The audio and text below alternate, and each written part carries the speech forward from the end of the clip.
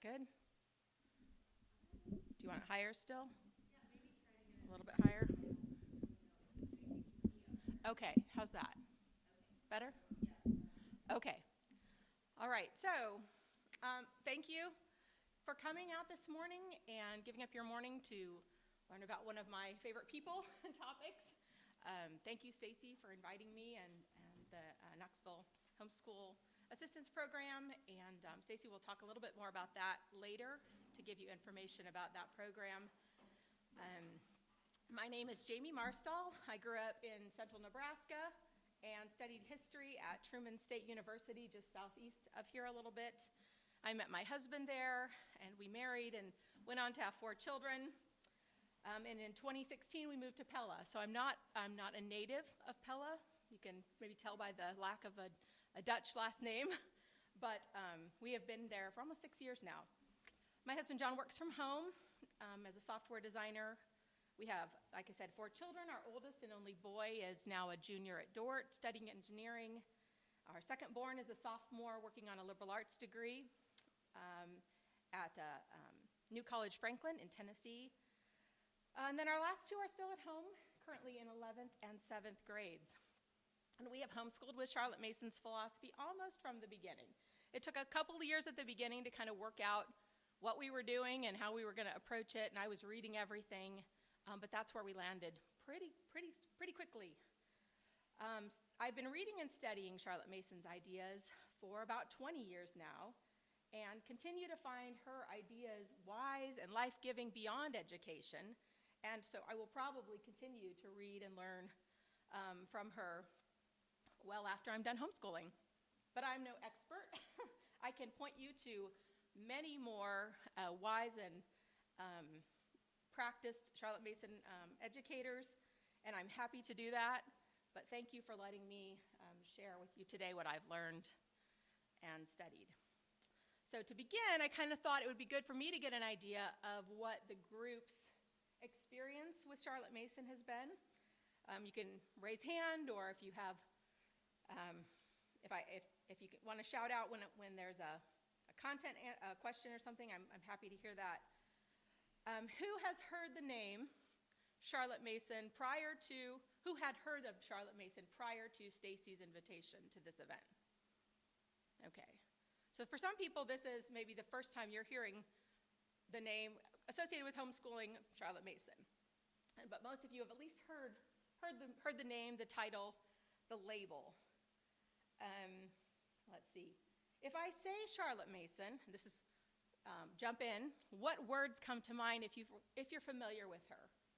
Some word association. Charlotte Mason. Living books. Nature. There. Yeah. Nature study. Sure. Any other words that come to mind? Reading. Twaddle. Habits. Habit training. Yes. Anybody think? If you're familiar with her, Victorian, old-fashioned, tea parties, girls only maybe, or for little kids. There are both positive, like, oh yes, nature and rich books. There's also occasionally some negative ideas, like, frilly dresses and tea parties. I'm like, yeah, but I have 5 boys at home. Maybe this isn't for me. Do any of you currently use a curriculum that either calls itself Charlotte Mason, classical Charlotte Mason inspired? You want to raise your hand if you're currently using a curriculum that uses the name to identify itself. And sometimes those are really good curriculum, and sometimes it's a really great marketing tool in the homeschool world. Just like you might use the word patriotic or foundational or back to basics, right? It can be kind of a buzzword too, once people have some familiarity with Charlotte Mason. Okay, so that kind of gives us an idea where we're coming from. It sounds like a good variety of experiences.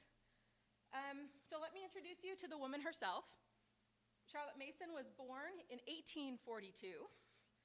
She was the much younger child of her father by a second wife, we think they married. We're not sure. She could have been illegitimate, actually. She spoke very little about her parents or her much older siblings throughout her life, so we don't know very much. Her father died when she was 16. Her mother had probably predeceased him and left her penniless. Some friends of the family were able to find her a place as a student and later a pupil teacher, so a student who stays and becomes one of the teachers. If you've read the book Jane Eyre, that's kind of what happens at that school. She begins as a student and stays until she's a teacher herself at a governess training college. She later then found a place at what was called an infant school, which was really just through age 10 or 11, any children sort of under early adolescence. So she taught for a long time to begin with, and she taught other teachers. During that time, as she was moving to different schools, learning to train teachers and governesses herself, she was formulating her ideas, observing children, observing how they learned and what worked and what didn't. And she began to lecture publicly. She began to compile her thoughts. And her first book, Home Education, dealing with children under the age of probably 9, school age at the time, was published in 1886, collecting these lectures she'd been giving. Well, parents who went to these lectures, who read her book, began to gather together to say, could we do this together? Could we talk about child rearing in a more scientific way or a more engaged way? Can we think about our children's education together? And what would that look like to support one another in that effort? It was a homeschooling support group, right? It was parents, even when their children were going to go off to school, that still wanted to say, we want to be involved as the middle class was growing and the need for schools or governesses or even school at home with parents was kind of developing and growing. They wanted to say, how can we do this thoughtfully for our children? So that work, the Parents Educational Union, grew and developed. They met, they hosted lectures, they wrote articles or had other teachers write articles. They published those in a journal. They continued to support each other. During this time, Charlotte Mason built a training college for teachers to send out into English schools and developed a correspondence program for families that wanted this type of education in their homes, but wanted some structure. They wanted the curriculum planned for them.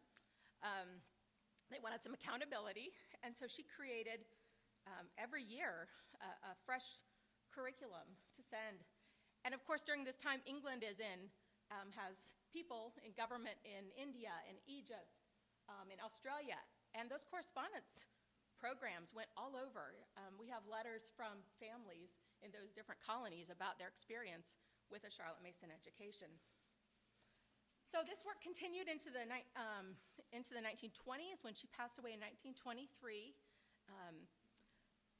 Let's see. And her final volume was published after her death, Volume 6, An Essay Towards a Philosophy of Education. And that's really the fullest volume that we have explaining what has worked in her schools, in these homes, and how the work can continue, how others can take it up, why it's a really good way to educate children. But now we have a big gap. We have 1923 and the Charlotte Mason Educational Union with these group of parents, her volumes, and here we are, 21st century American homeschoolers who are talking about this Victorian spinster. It's kind of a strange thing. In 1984, Susan Schaeffer Macaulay, the daughter of the well-known Christian apologist and philosopher Francis Schaeffer, published a little book. I'll grab it. I don't necessarily need it, sorry. But published a little book called For the Children's Sake. And so people who were familiar with the Schaeffer name and the work of Labrie that they started, snapped it up, Christian Homes, and read it and got excited about what Susan Schaeffer Macaulay was telling about. And in this book, she describes their family's search in England for a school for their eldest daughter. They found a little cottage school where the children were treated with respect. They were given living ideas, which kept their love of knowledge alive, rather than leaving them depleted of wonder, which is what had happened when they first sent their daughter to a traditional school. This joyful learner kind of wilted, and the school brought her back to really a love of learning. So Susan and her husband Ranald wanted to know more. They sent away to the Charlotte Mason College, and at that time were only able to probably read volume 1. And so most of the things in this book are going to be geared toward younger children, which is why when Charlotte Mason education began in the United States, a lot of people thought, oh, it's great for little kids. But probably the other volumes just weren't available, and so that's where we started. So the volumes were out of print, other than perhaps this volume 1, Home Education. But many people were reading for the children's sake and wondering how they could learn more. Enter the Andriolas. It's an old name in Christian homeschooling. Dean and Karen Andriola were working in England. After this book came out, they worked in publishing. They were able to get the out-of-date volumes for themselves and to reprint them. And so in 1989, that pink tattered series over there that I have was republished, and Christian booksellers, homeschool vendors began to make it available to Americans. This coincided with really the first spark and growth of homeschooling in America, late 80s, early 90s. It was just really it was no longer illegal in most states, and so yeah, it just these threads kind of wove together. People began to read the volumes, to think about what would a curriculum look like if we were to do this and follow these old ideas. The archives in England at the Charlotte Mason School were available to study, and today we have blogs and conferences and podcasts and books about Charlotte Mason, every part of her method, right? A nature study book. You can find Charlotte Mason books about how to keep other kinds of notebooks. You can find books focused on, or podcasts or articles about how to do poetry and how to do history and everything. It's almost overwhelming now. But that's where we are today. It's exciting to be a Charlotte Mason educator with all these resources. None of us have to go back and try to figure out from one volume what this would look like for a 16-year-old. It's really an amazing growth, and I think it's been great for homeschooling. The best thing we can do, I think, though, with all these resources before us, is do what those first generations of educators did. Start with Mason's ideas directly. We can't hear her lecture or sit under her teaching in her college, but we have her words in 6 volumes. You don't even need to read all 6 at the beginning. 1 and 6 especially lay a lot of the foundation very clearly. And today I want to start at that same place and dig into her foundational principles. It might be a little overwhelming to start with this core of philosophy rather than the practical outworkings. I hope it will leave you curious to study more and dig a little deeper, or equipped to decide if this is a method you want to pursue in your own homeschools. Just to give you enough ideas and resources to say, yeah, okay, I can see these things are true, and I'd like to learn more and apply these things as we can. Or maybe it will give you confidence as you walk through a vendor's hall at a conference to not be overwhelmed by all the resources, but to say, I know what I'm looking for, or I know what I want, and the rest of this I don't need. That's what it's given me over the years. I don't have to pick up every new program because I know what the core philosophy I'm looking for is. And it shuts out a lot of the catalogs that come to my home from being expensive or overwhelming. But every educational philosophy has to begin with a few key questions, and I want you to keep these in mind during the next session as we walk through her 20 principles. Every philosophy of education has these assumptions. Who are you educating? How should you go about it in light of who you are educating? What is the purpose of education? What should it accomplish?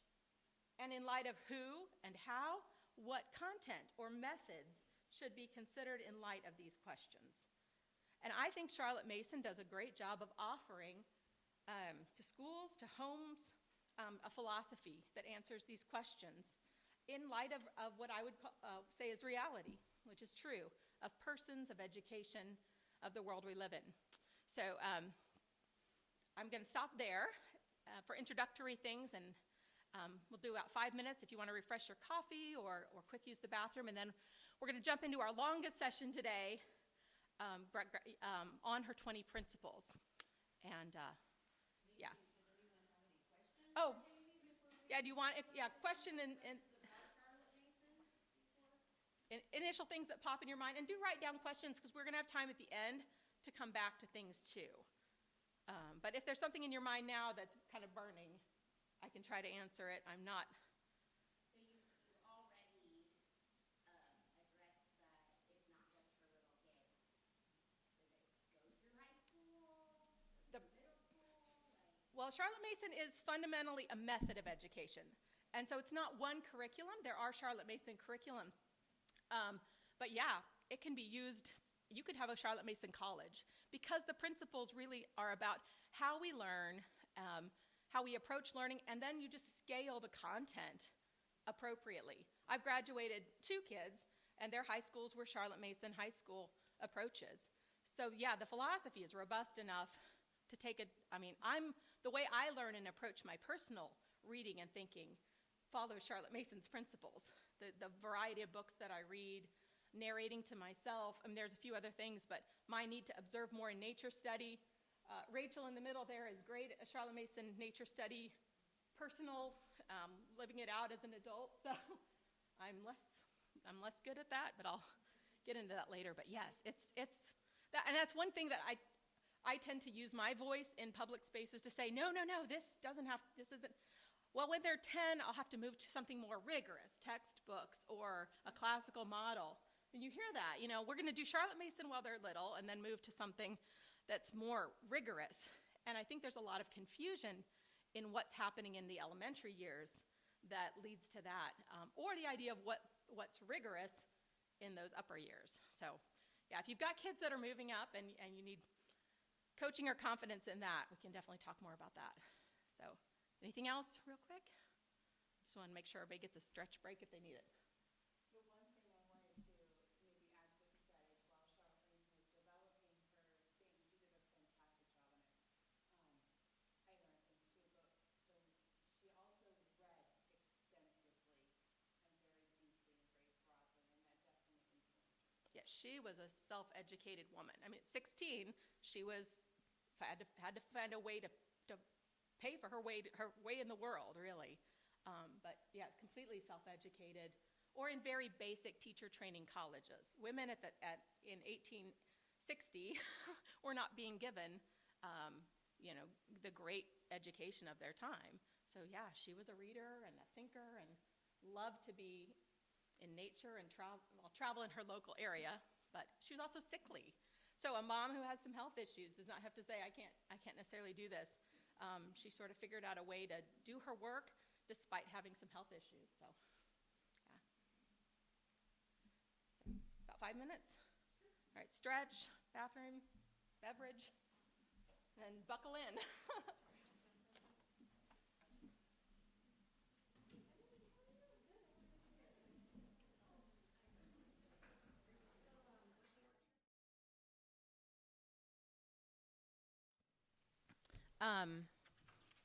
I am going to walk us through really what is a Charlotte Mason education, and it's based on what she called her 20 principles. And so, again, there's a lot of content I'm going to cover. Take what you can from it. Each of these principles could be a 30-minute talk, at least in and of itself. So I'm going to move quickly. Because I want to give you the best kind of overview I can.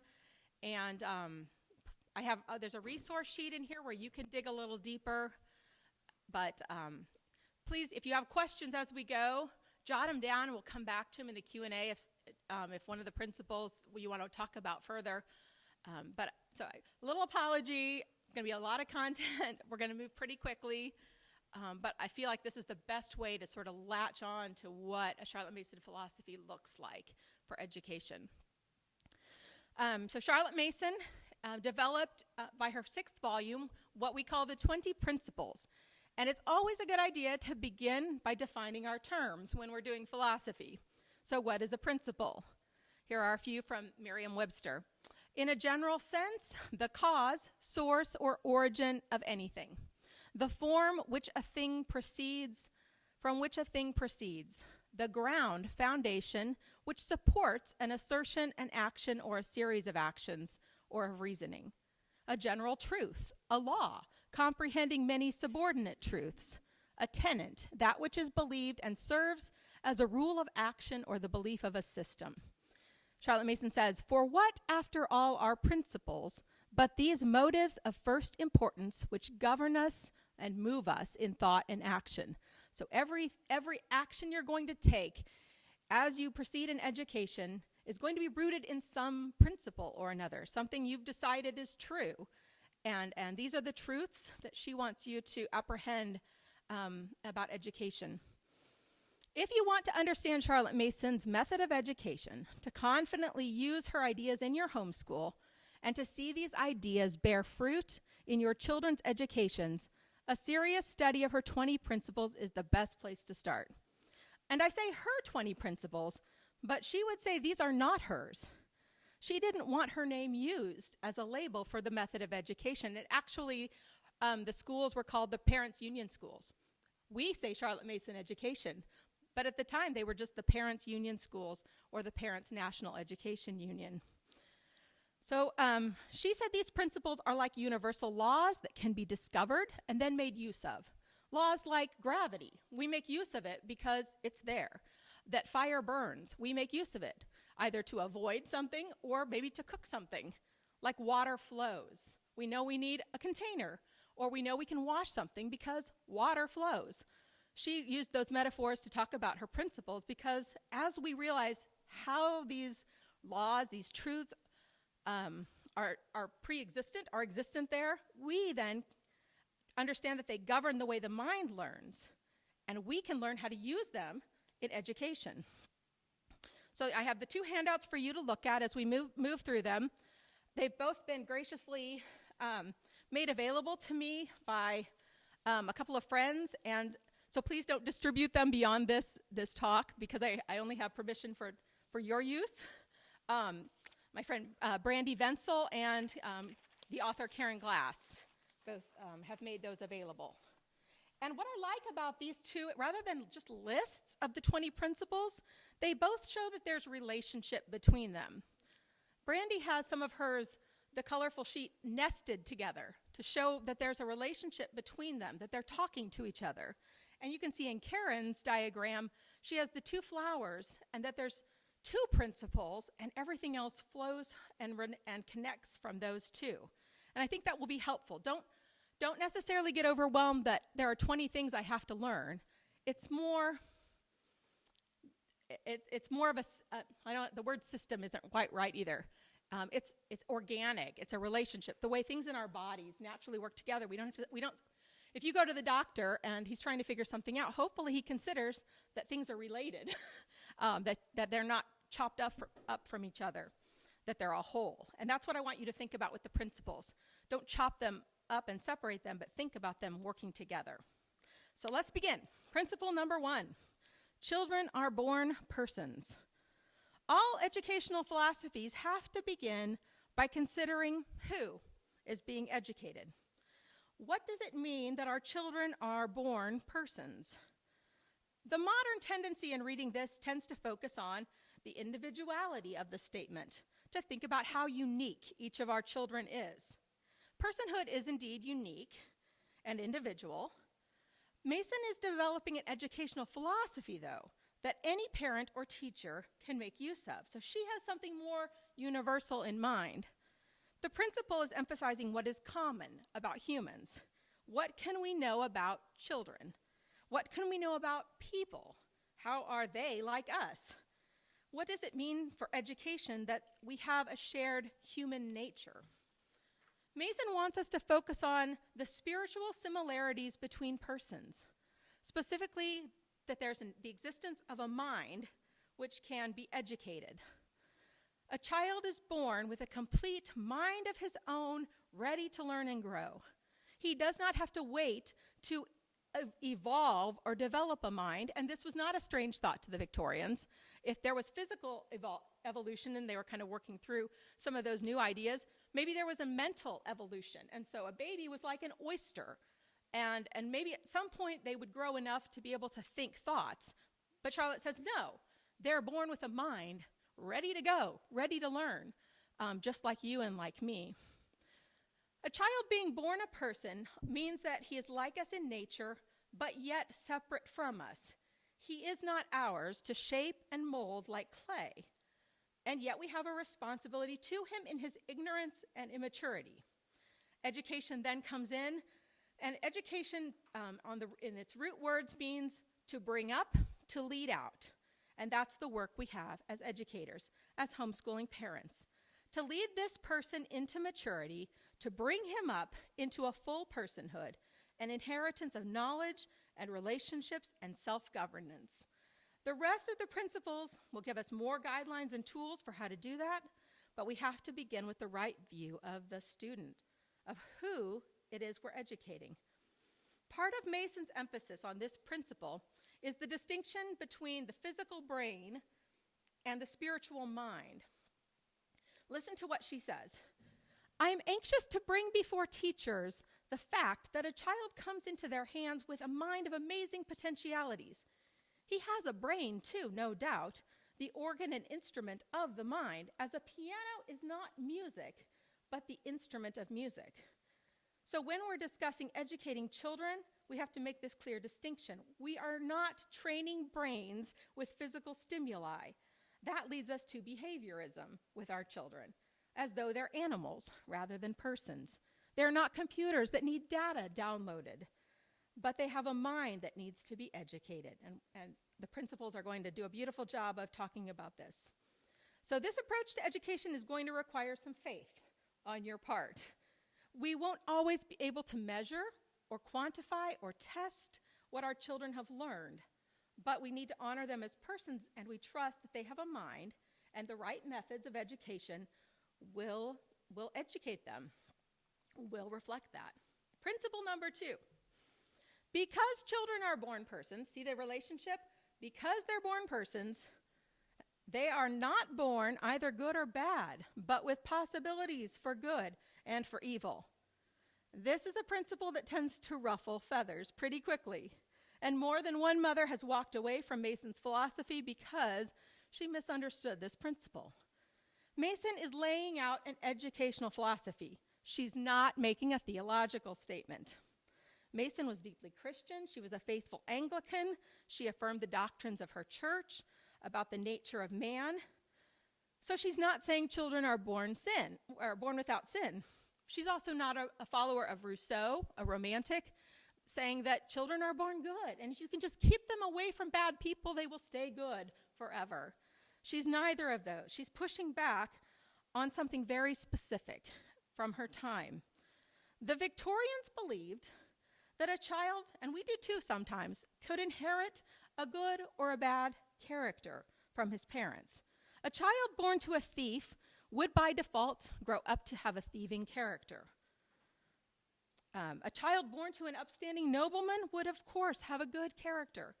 If you've read books like Oliver Twist, for example, here's a young orphan boy living amongst thieves, and the comment is made again and again how noble he looks, how good he is. He has the look. He must have been a nobleman's illegitimate son because he's so good in spite of growing up in such bad places. Shouldn't he have a bad character when he's illegitimate and in poverty? Or, I'm trying to think of another, you find it all over, sort of, though, that bad blood, shows bad character kind of thing. If you've read the book Emma or seen the movie by Jane Austen, there is a girl who's growing up in the foundling home, and as she grows to adulthood, she's very beautiful. She physically is a beautiful young lady. She seems to have better manners than the rest of the people around her. So it's assumed that her father, she's illegitimate, must have been a nobleman. She has good character. She's more beautiful. Surely this is the daughter of good blood, right? So this is the world Charlotte's speaking into. And she says, no, one's bloodlines are not the determinant of character. Children are born with the possibility of developing good or bad character. Otherwise, what would be the point of education? Education is the key process, and you have to believe a child is educatable, can be educated, that their character can be formed. The work then she calls her teachers to and parents to is the work of forming character in those children who have that possibility. Don't write them off at the beginning as not being able to fulfill their personhood. Possibility is key. This principle may remind you of the common nature versus nurture debates. Do we believe that genetic inheritance is the primary influence on who we are, or external influences that guide us? As Karen Glass says, Miss Mason believed entirely that it was the duty of the educator, particularly the parents, to teach children virtue in the form of character. This principle then gives us part of the question of why we educate: to bring up children, to lead them out into virtue, to see that their characters have the possibility to be virtuous and good. Again, she's not making a theological statement about regeneration or the work of sanctification by the Holy Spirit. She's saying in the educational sphere, we have a duty to form character, and it's possible. Don't write off a child, and don't assume this good child from this home over here doesn't need some vices snuffed out. A little bit of correction.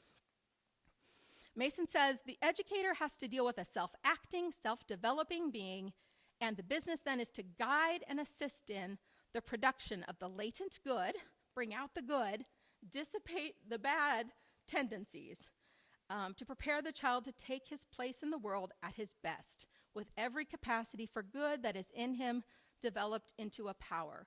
Ultimately, a power over himself to make good choices. We guide, we direct while they're young, but our goal is always that they go out capable of making good choices, right? When we're not there. That was my goal. Principle number 3. I'm going to take a drink. Excuse me.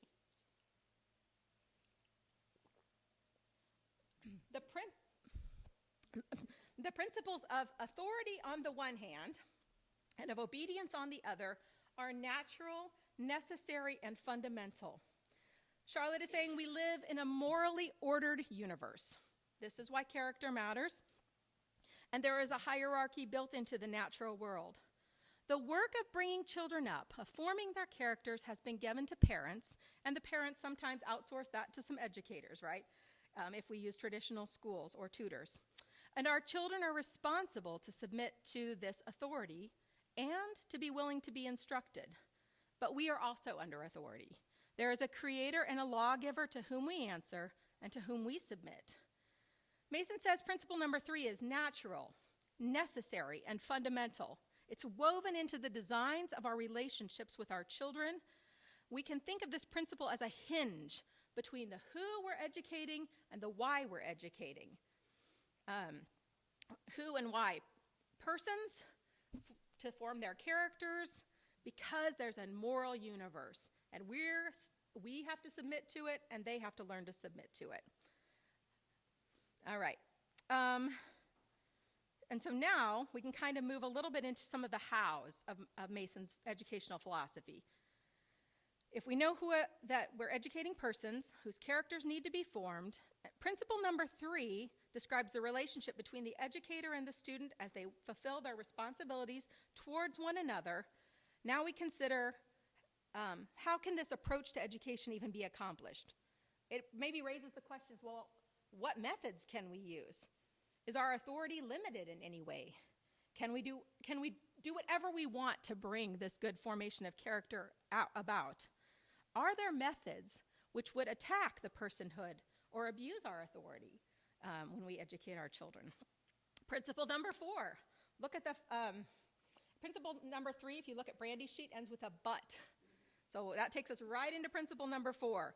But these principles are limited by the respect due to the personality of children, which must not be encroached upon, whether by the direct use of fear or love, suggestion or influence, or by undue play upon any one natural desire. It's interesting that Charlotte starts with what we must not do rather than suggestions for what to do. We've established children are persons, they're separate from us, but they're like us in the same common humanity. They're complete with a mind, the possibility of developing good character, And now we're called to help them form this character through education. We have the authority given to us for this work. We can't shirk it. It's our work, it's our duty. And they have the duty of obedience. But there are limits to how we go about fulfilling our responsibilities. Charlotte Mason had no children, but I'm continually amazed at how well she knew the heart of the mother in particular. No slight to dads, this might be you too. I want my children to do the right thing, to become virtuous people, to please me, and I have the authority over them to require this of them. And how could I then use my authority to make them behave, to pass certain tests for school, to achieve certain academic benchmarks? I might tell them, if you love me, you will pick up your toys cheerfully. Or I might use their desire to compete to say, could you do it faster than your brother or your sister? I might even use the fear of consequences or a suggestion of a reward to get them to act the way I want them to. And yes, I have done all these things and more. But if I have agreed with her earlier principles that Mason has set forth, I'm encroaching on their personhood if I use my authority this way. We all have natural desires to be loved, to please others, to win, to gain honor, to avoid correction, to earn rewards. Those are part of our personhood. They're natural. They exist. But playing on any one of these natural desires too much becomes manipulation. It's an overreach of our authority. It undermines the strength of teaching obedience. We do this because it is right. And the natural desire that we want to encourage, it related to education, the desire for knowledge, becomes weakened or completely snuffed out. How many of us have had the experience of being in a traditional classroom and having the desire to get a grade, maybe the top grade, to win a competition, to please the teacher, to please our parents, become our primary motivation for learning something, right? We want to learn it, but we want to learn it for those reasons more than for the knowledge itself. And when the opportunity to show our knowledge is past, we forget it. It never really mattered for itself, right? We didn't really want to learn the thing because we loved knowledge. We loved the grade, the reward, the winning more. And Charlotte says this will undermine and weaken the love of learning that we want to see developed in our children. Now, that doesn't mean there's not an occasional place for a reward or competition. Those can be used. They're natural desires. It's more about proportion, about not using those to manipulate the child's behaviors. Ultimately, because it's that we want that inner formation of character to be the responsibility of the child. We're not there as their parents forever, right? They will go out from us, and they need to be able to choose to do the right thing for itself, for its own sake.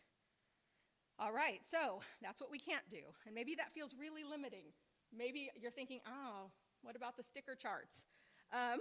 Now what? Are there any helpful tools that can help us guide our children and help them to grow in character like we want, to love learning? If this is the work of education, how are we supposed to do it? Principle number 5. Therefore, we are limited to 3 educational instruments: the atmosphere of environment, the discipline of habit, the presentation of living ideas. This brings us to the Parents Union motto, which is, education is an atmosphere, a discipline, and a life. Now, a practical principle to sink our teeth into. What methods are a part of a Charlotte Mason education? What tools does an educator have in her tool belt? Only 3, according to principle number 5. So let's look at each of those. You can see they're, again, kind of nested below that, so we can see that they're equal in importance. Principle number 6. When we say that education is an atmosphere, we do not mean that a child should be isolated in what may be called a child environment, especially adapted and prepared, but that we should take into account the educational value of his natural home atmosphere, both as regards persons and things, and should let him live freely among his proper conditions.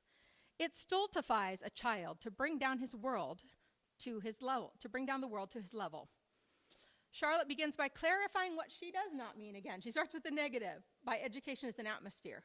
This is the time that Waldorf and Montessori and Pestalozzi and other educational philosophers were also developing their educational methods. She wants to make sure her readers know that she's not referring to those approaches here. She's not talking about creating an artificial atmosphere, everything focused on the child. This is not a child-centered education. But she recognizes that the home environment already offers an atmosphere to have the character formed, right?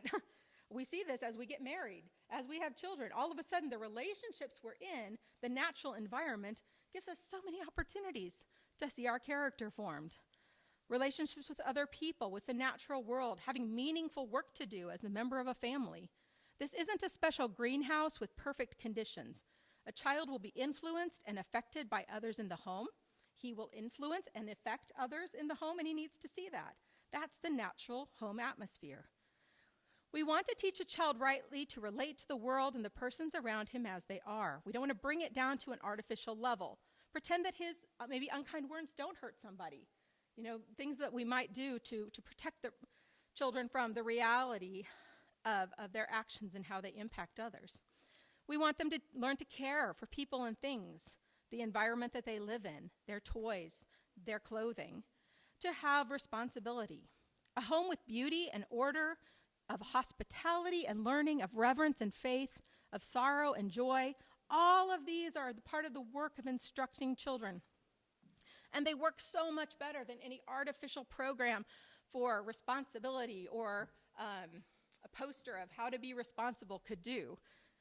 Learning to help feed the family, teaches responsibility. Follow through or we don't eat. We're free to use a child's natural atmosphere to form his character. You, as a homeschooling parent, are part of the atmosphere. If you want a student to see that learning is interesting, that hard books are worth the effort, that nature is something to study and enjoy, we have to be students and learners ourselves.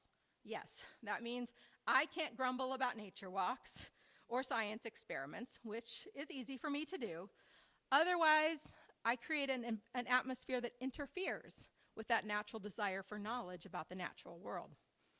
Principle number 7, by education as a discipline, we mean the discipline of habits, formed definitely and thoughtfully, whether habits of mind or body. Physiologists tell us that the adaptation of the brain structure to habitual lines of thought, tell us of the adaptation of the brain to habitual lines of thoughts. Grooves, I don't know if you've read books about habit formation, but they know now, way ahead of Charlotte's time, that habitual lines tend to actually create physical grooves in the brain.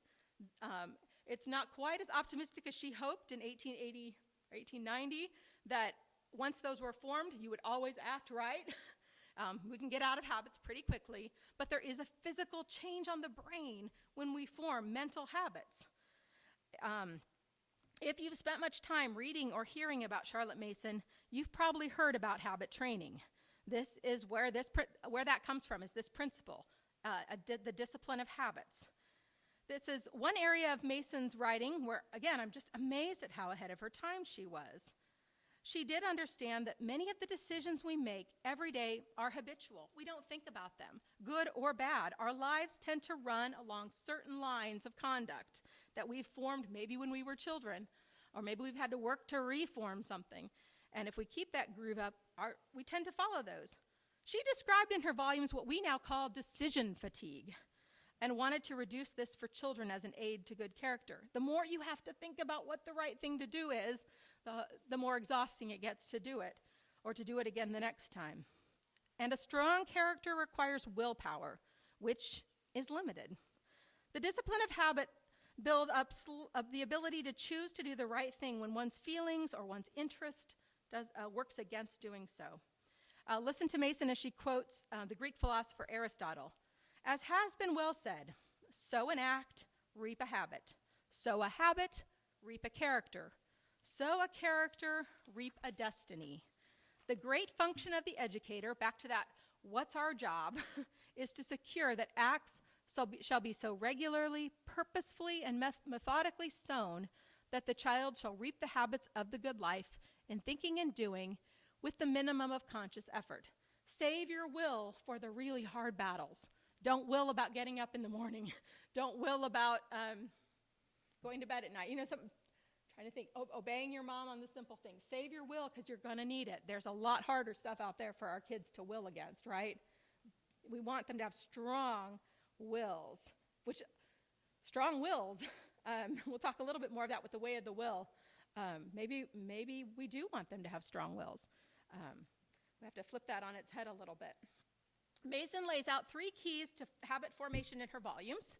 First, a habit should be grounded in an inspiring idea, a little spark at the beginning. We do this because it shows love for Dad.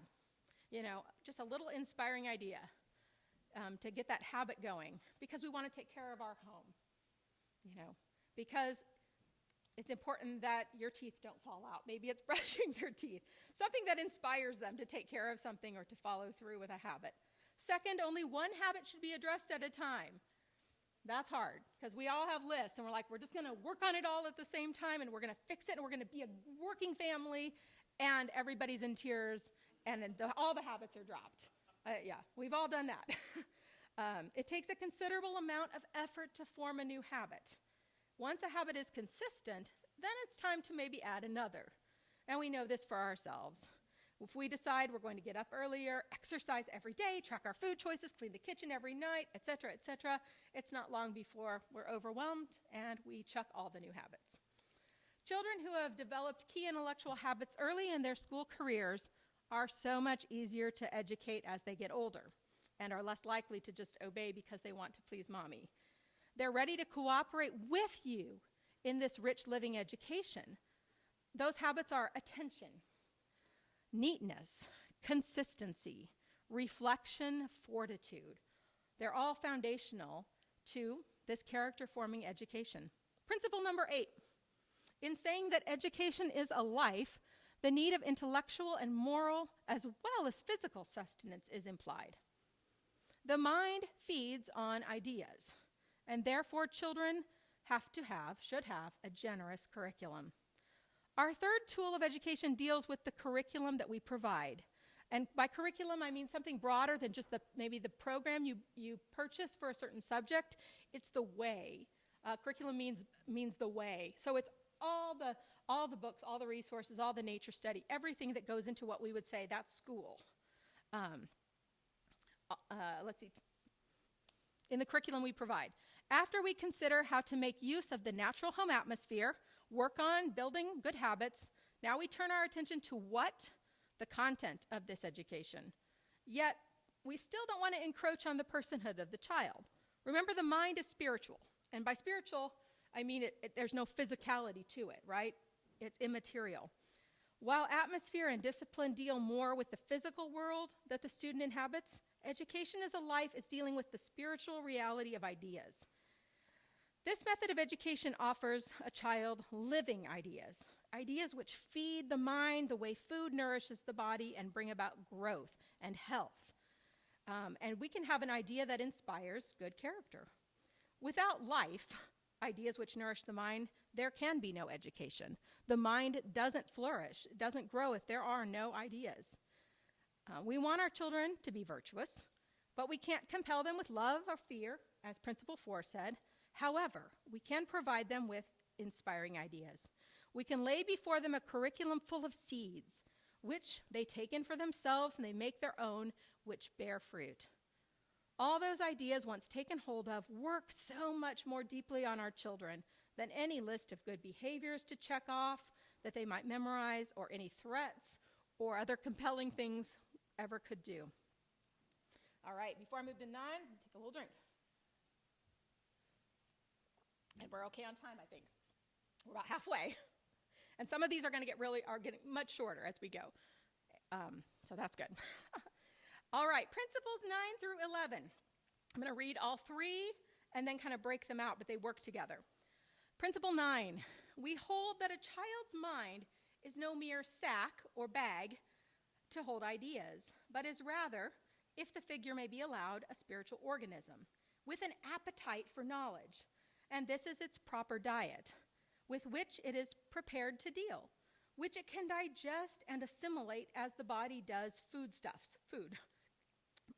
Number 10, such a doctrine as the Herbartian, I'll explain that in a bit, that the mind is a receptacle, lays the stress of education on the preparation of knowledge in enticing morsels duly ordered upon the teacher.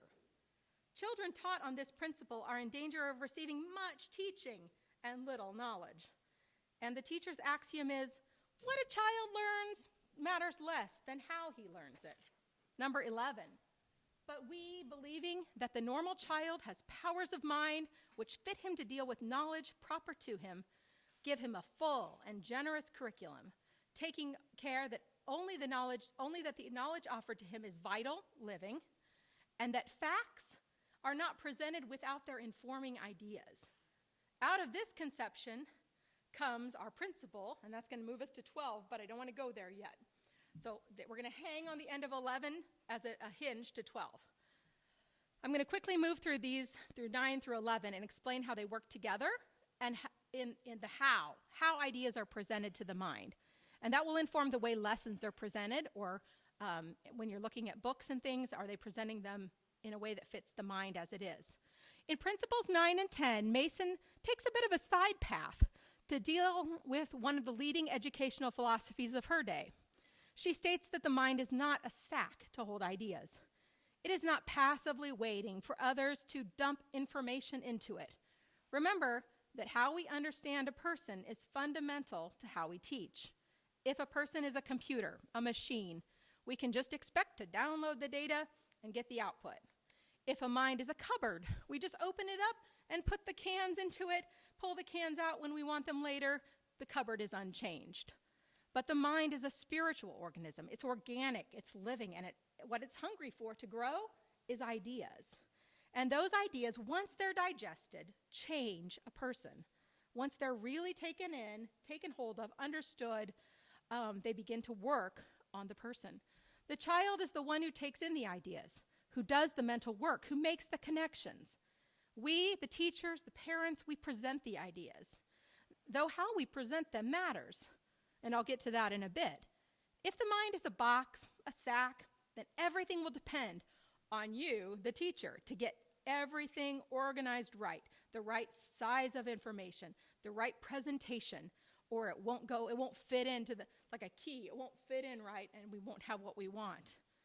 But a Charlotte Mason educator does have a job. She selects the dishes of the feast. She lays them out on the table before the students.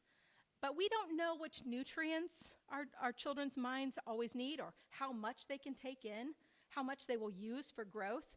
We just have to lay the ideas out there in our curriculum. We don't get to prearrange sort of exactly the nugget that they have to learn today. And we'll talk pretty extensively about this mysterious digestion process, which we call narration. But now the important principle is that the mind is spiritual, and its food has to be spiritual, which are ideas. The 10th principle moves on from this, and it says that viewing the mind as a receptacle, as a box, as a container, places the work on the teacher. She mentions the philosopher Herbart, who had a huge influence on German education and later early 20th century education. Herbart taught that knowledge needed to be linked in a chain if it could be absorbed appropriately, that the teacher needed to make all the connections first and offer it to the child in that way. But who was doing the learning in that case? Who has learned about the relationships and the connections to present it? The teacher. The teacher is having a great time. If you've ever experienced where you're teaching a history lesson or you're reading a book and you're like, I see how it fits together from what I learned in high school, and maybe you want your kids to see it too, but they don't have those previous connections. But if you give it all to them then, it's still not theirs, it's yours. It's your insight, and it's exciting, right? We know for ourselves that when we learn something and we see a relationship and I never noticed that before, it's exciting, and we want that for our children. We want their minds to have those aha moments, to see relationships in what they're learning. His mind is capable because he is a person like you and like me. The 11th principle goes on to further develop this idea of the mind being fit to deal with knowledge. A child has his own power to deal with knowledge, to make connections, to form relationships, and therefore he has to have a living, generous curriculum. We are moving toward the what, the specifics of what's in a curriculum. And again, like I said, this is another one of those hinges. We've looked at who we're educating, persons, why we're educating, the formation of character, which is possible, how, what tools we have, where we're limited, and now, after this focus on the nature of the mind and of ideas, we're ready to look at the what and where ideas come from in a curriculum. Principle 11 states that the knowledge we offer has to be vital. It has to be alive with ideas. And any facts we present need to be clothed in informing ideas. The mind is equipped to deal with knowledge, but it can't be pre-digested by the teacher. Food that's already been digested is without nutrients, right? We can't, there's, you can think of animals that, it has some nutrients, I guess, but it's not very palatable. It can't be pre-digested by the teacher or served as a bare fact without ideas to make it digestible and nutritious for the child's mind. We want knowledge to form them, not to just be data that they can use and discard. And I thought of an example of this a little bit. And there's a place for facts. We all memorize facts. If I ask you, what is the capital of Marion County, Iowa? Or the state, not the capital, what's the word? The county seat of Marion County, Iowa, you would say Knoxville. All right, so you memorize the phrase, Knoxville is the county seat of Marion County, Iowa. It's a fact. It's true. But maybe you'll memorize that, and maybe you'll keep it in your mind for a while if you use it.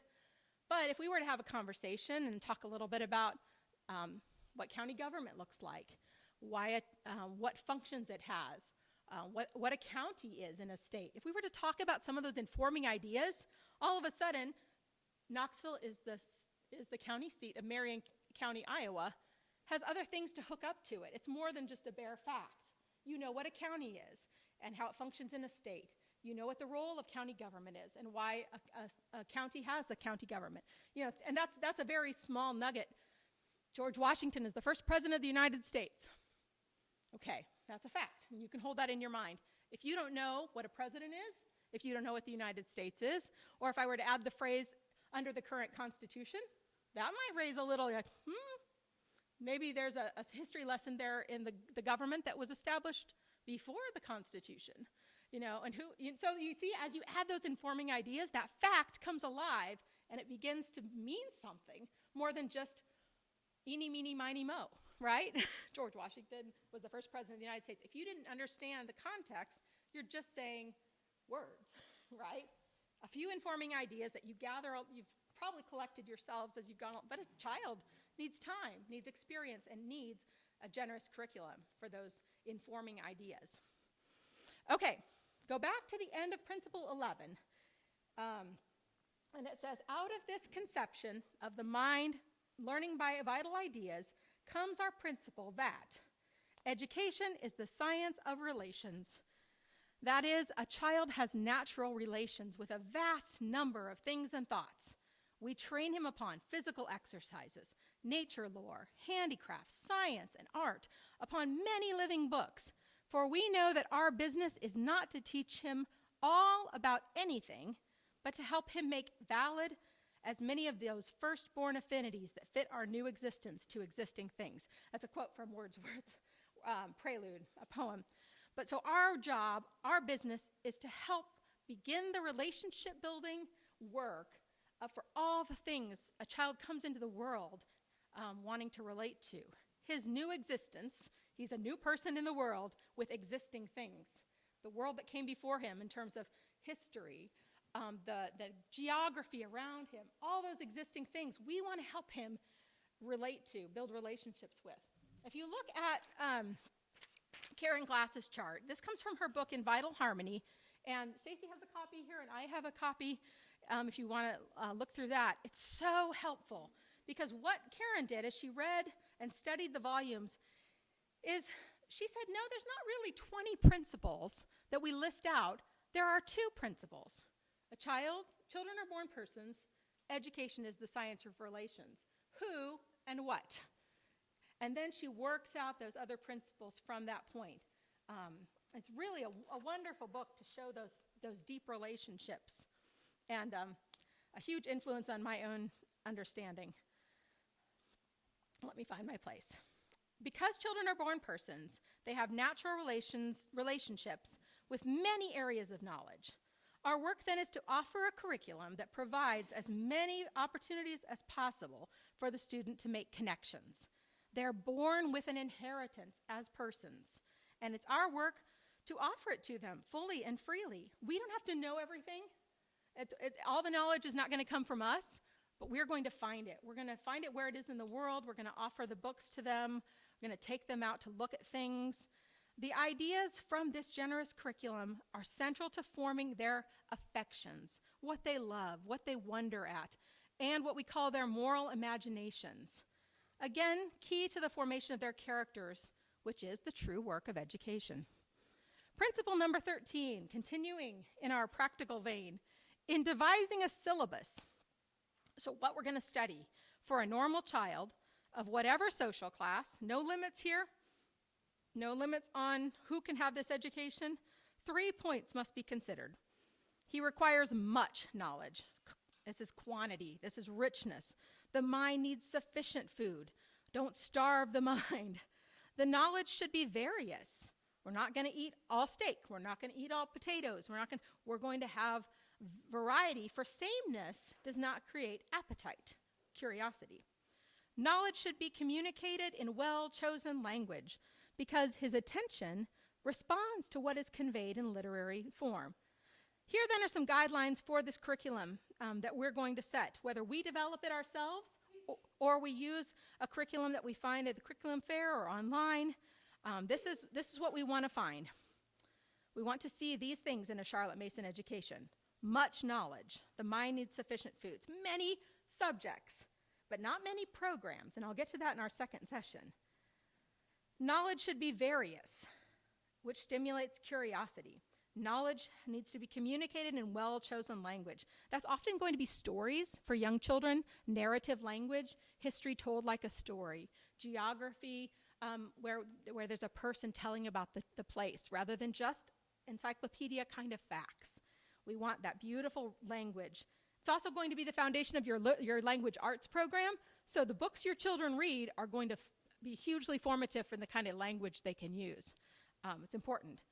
And this rules out what Charlotte Mason educators call twaddle, and maybe you've heard that word, which is dumbed down or deliberately tries to appeal to crude humor, laziness in our students in understanding by dumbing it down, shallow moralizing, or many textbooks, which offer facts and information without that well-chosen narrative language. And the mind doesn't hold on to it. It just spits it out like it's sawdust. A living book usually has a single author that loves his subject and knows it and is able to tell about it in a way that inspires interest in the child. That's what you want to look for in a living book. It sparks interest in the child to learn about this subject from someone who's knowledgeable. And the language is well-crafted English. Or if you're from another culture, obviously your primary language. Principle number 14. As knowledge is not assimilated, taken in, made use of, until it is reproduced, children should tell back after a single reading or hearing, or should write on some part of what they have read. I'm going to keep this principle very brief because I have a whole session at the end where I want to dig into narration, which is the key practice in a Charlotte Mason education. We don't need to spend time on it now. But this is a follow-up principle to the last one, so we want to see how they connect. It answers the question of how to have the student interact with the ideas that he's presented with. How are these books to be dealt with? Knowledge is assimilated by being reproduced. I can't tell you how much deeper and better I understand these things I've read for 20 years because I had to prepare this for this weekend. I have to tell back what I know, what I understand. It's true and amazing. Knowledge is assimilated by being reproduced, and so the student is responsible to tell back what he has heard or read, or as he learns to write on a part of it. Principle 15. A single reading is insisted on because children naturally have great power of attention, but this force is dissipated, is weakened by rereading a passage, and also by questioning, summarizing, and the like. Acting upon these and some other points in the behavior of the mind, we find that the educability of children is enormously greater than has hitherto been supposed. They really can learn a lot and deeply. It's not dependent on heredity or environment. Some of the examples we have from Charlotte Mason schools are schools where they went in miners students, or miners children, so working in the coal mines, and they offered these, and their minds came alive to Shakespeare and poetry and history and literature like any noble kid in the most elite prep school. Their minds were capable. They needed the right methods and the right ideas for their minds. And that's what I love about Charlotte Mason is she's not saying this rich education is only for the elite that can afford it. This is really the inheritance of every child. Let's see, and it can be scaled. It can be scaled for children who maybe struggle with certain things. She says in a couple places a normal child, and so she takes into account there may be things that the brain's not ADHD or whatever, where the brain isn't quite doing what it ought to be doing, and we know that. But that's okay. The ideas are still living and rich. Let's find the ones that feed that child's mind.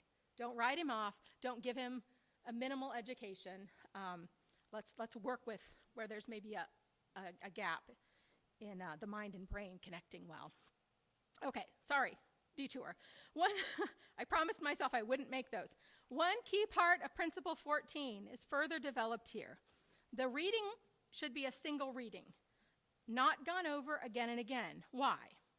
Because the mind is naturally capable of attention if it's required.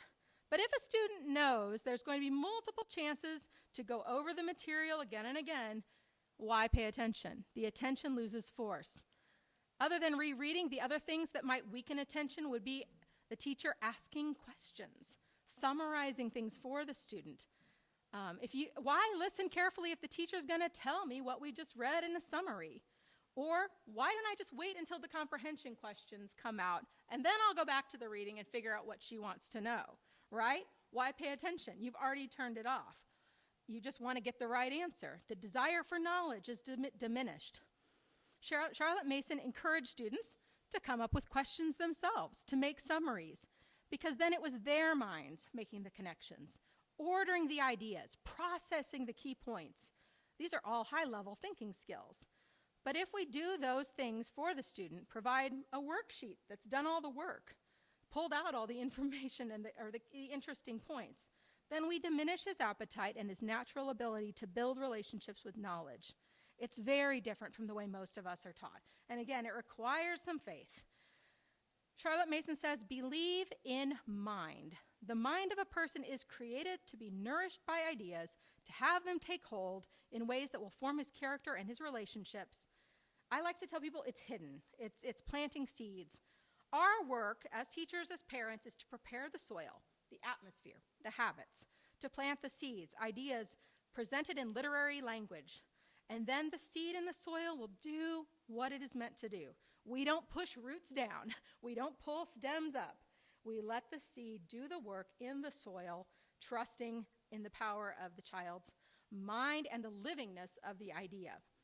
But we do have to select, that presentation of those ideas is still on us. But we do have to have faith, be patient. It may be 5 or 10 years before something you read in second grade connects to something else. I remember that dude. We read about him in history. It was there. It just took the right thing to show him it was there, the student it was there. All right, Principle 16, getting down to the last 4.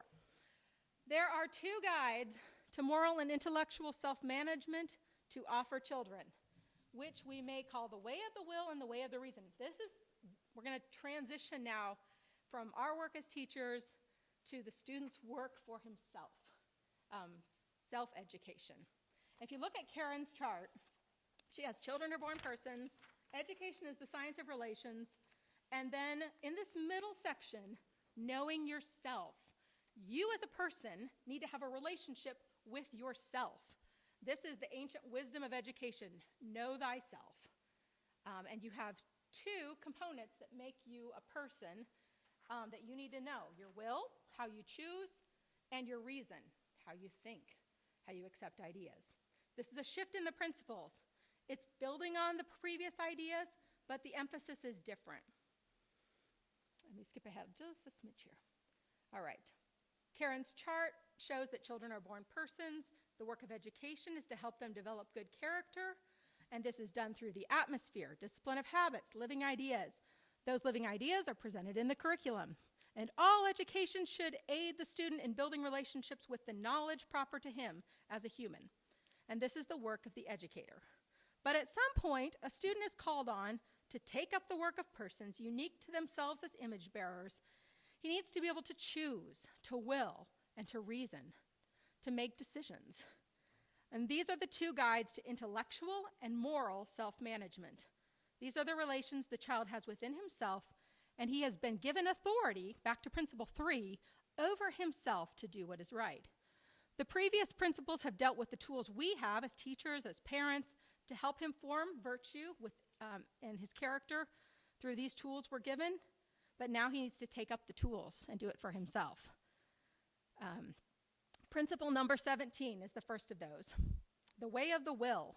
Children should be taught to distinguish between I want and I will. That the way to will effectively is to turn our thoughts from that which we desire but do not will. The best way to turn our thoughts is to think or do something different, entertaining or interesting, diversion.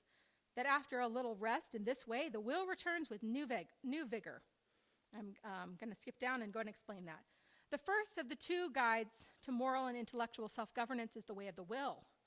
We are creatures of emotion and desire, and these can be good servants and a joyful part of our lives, but they become bad masters when they are not ordered properly toward the right moral ends.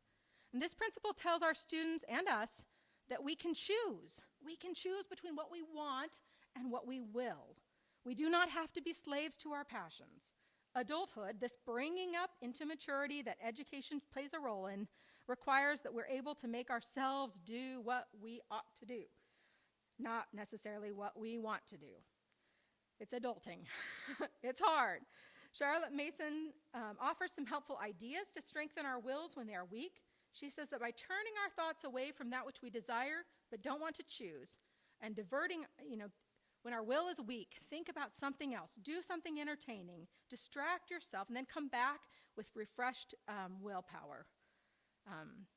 We don't have to grind our way through a tempting desire. We need to remember our weakness and find an appropriate distraction. Then she says after a little rest from the fatigue, we can return to our work with new energy.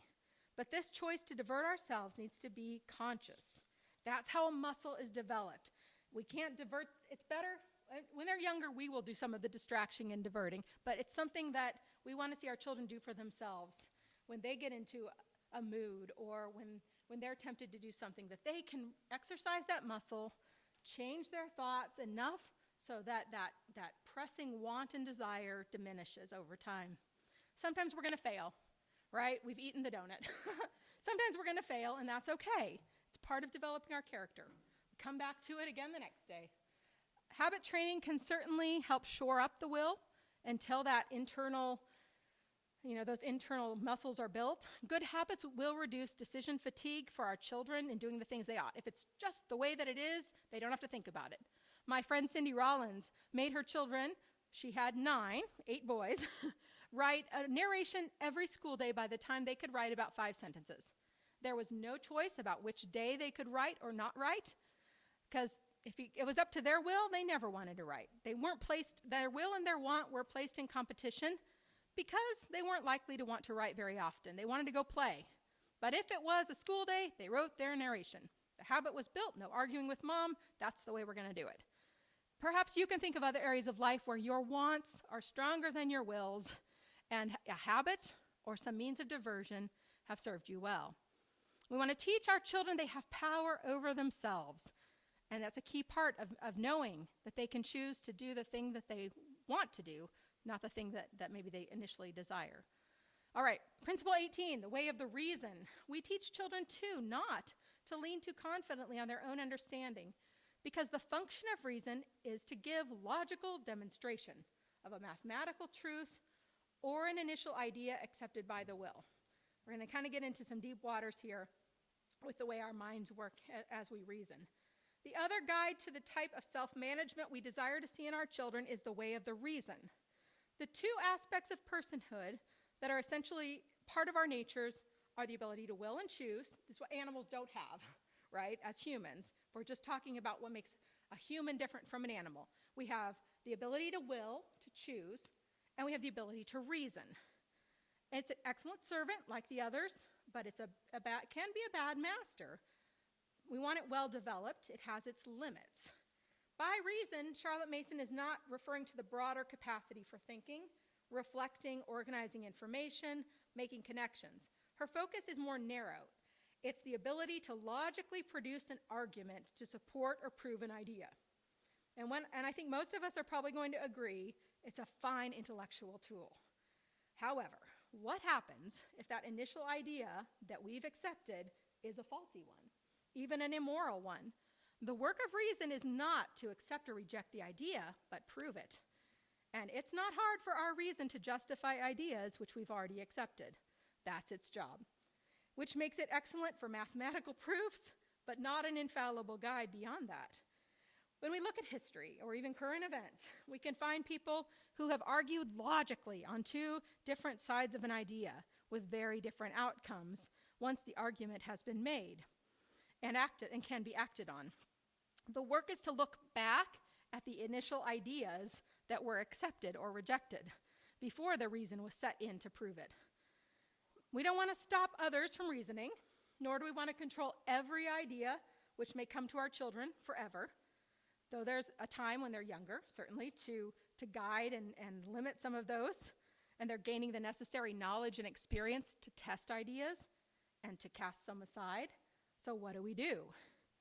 Principle 19, therefore children should be taught that as they become mature to understand such teaching, their chief responsibility as persons is the acceptance or rejection of ideas. And to help them in this choice, we give them principles of conduct. We're going to tell them this is right, this is wrong, and a wide range of knowledge fitted to them. These principles should save children some of the loose thinking and heedless action which cause most of us to live at a lower level than we need. Here is Mason's answer. What do? We educate them.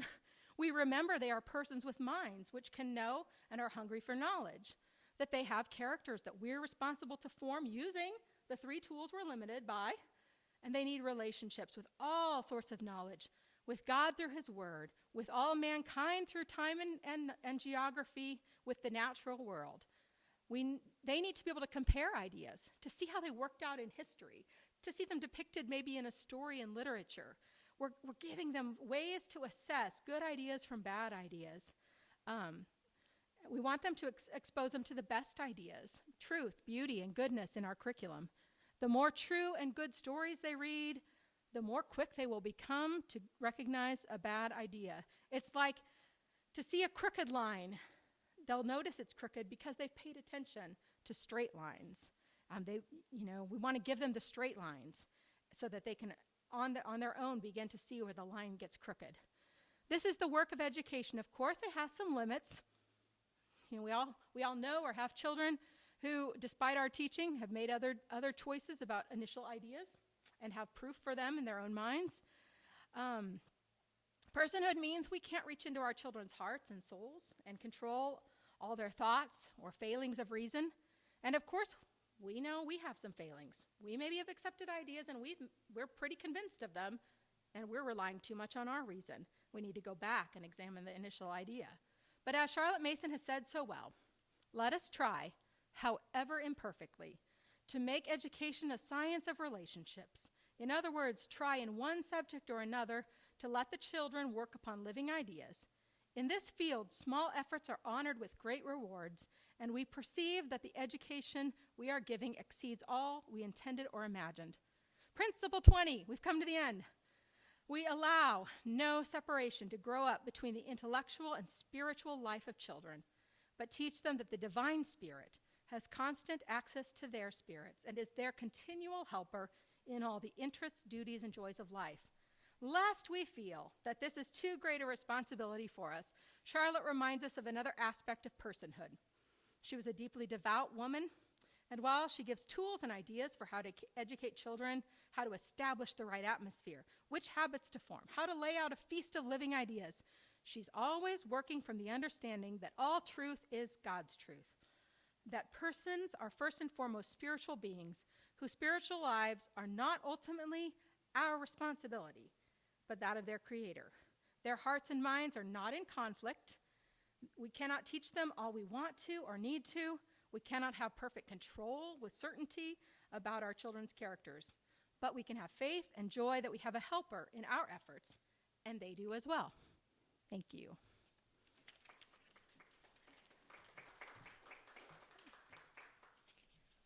I need a drink.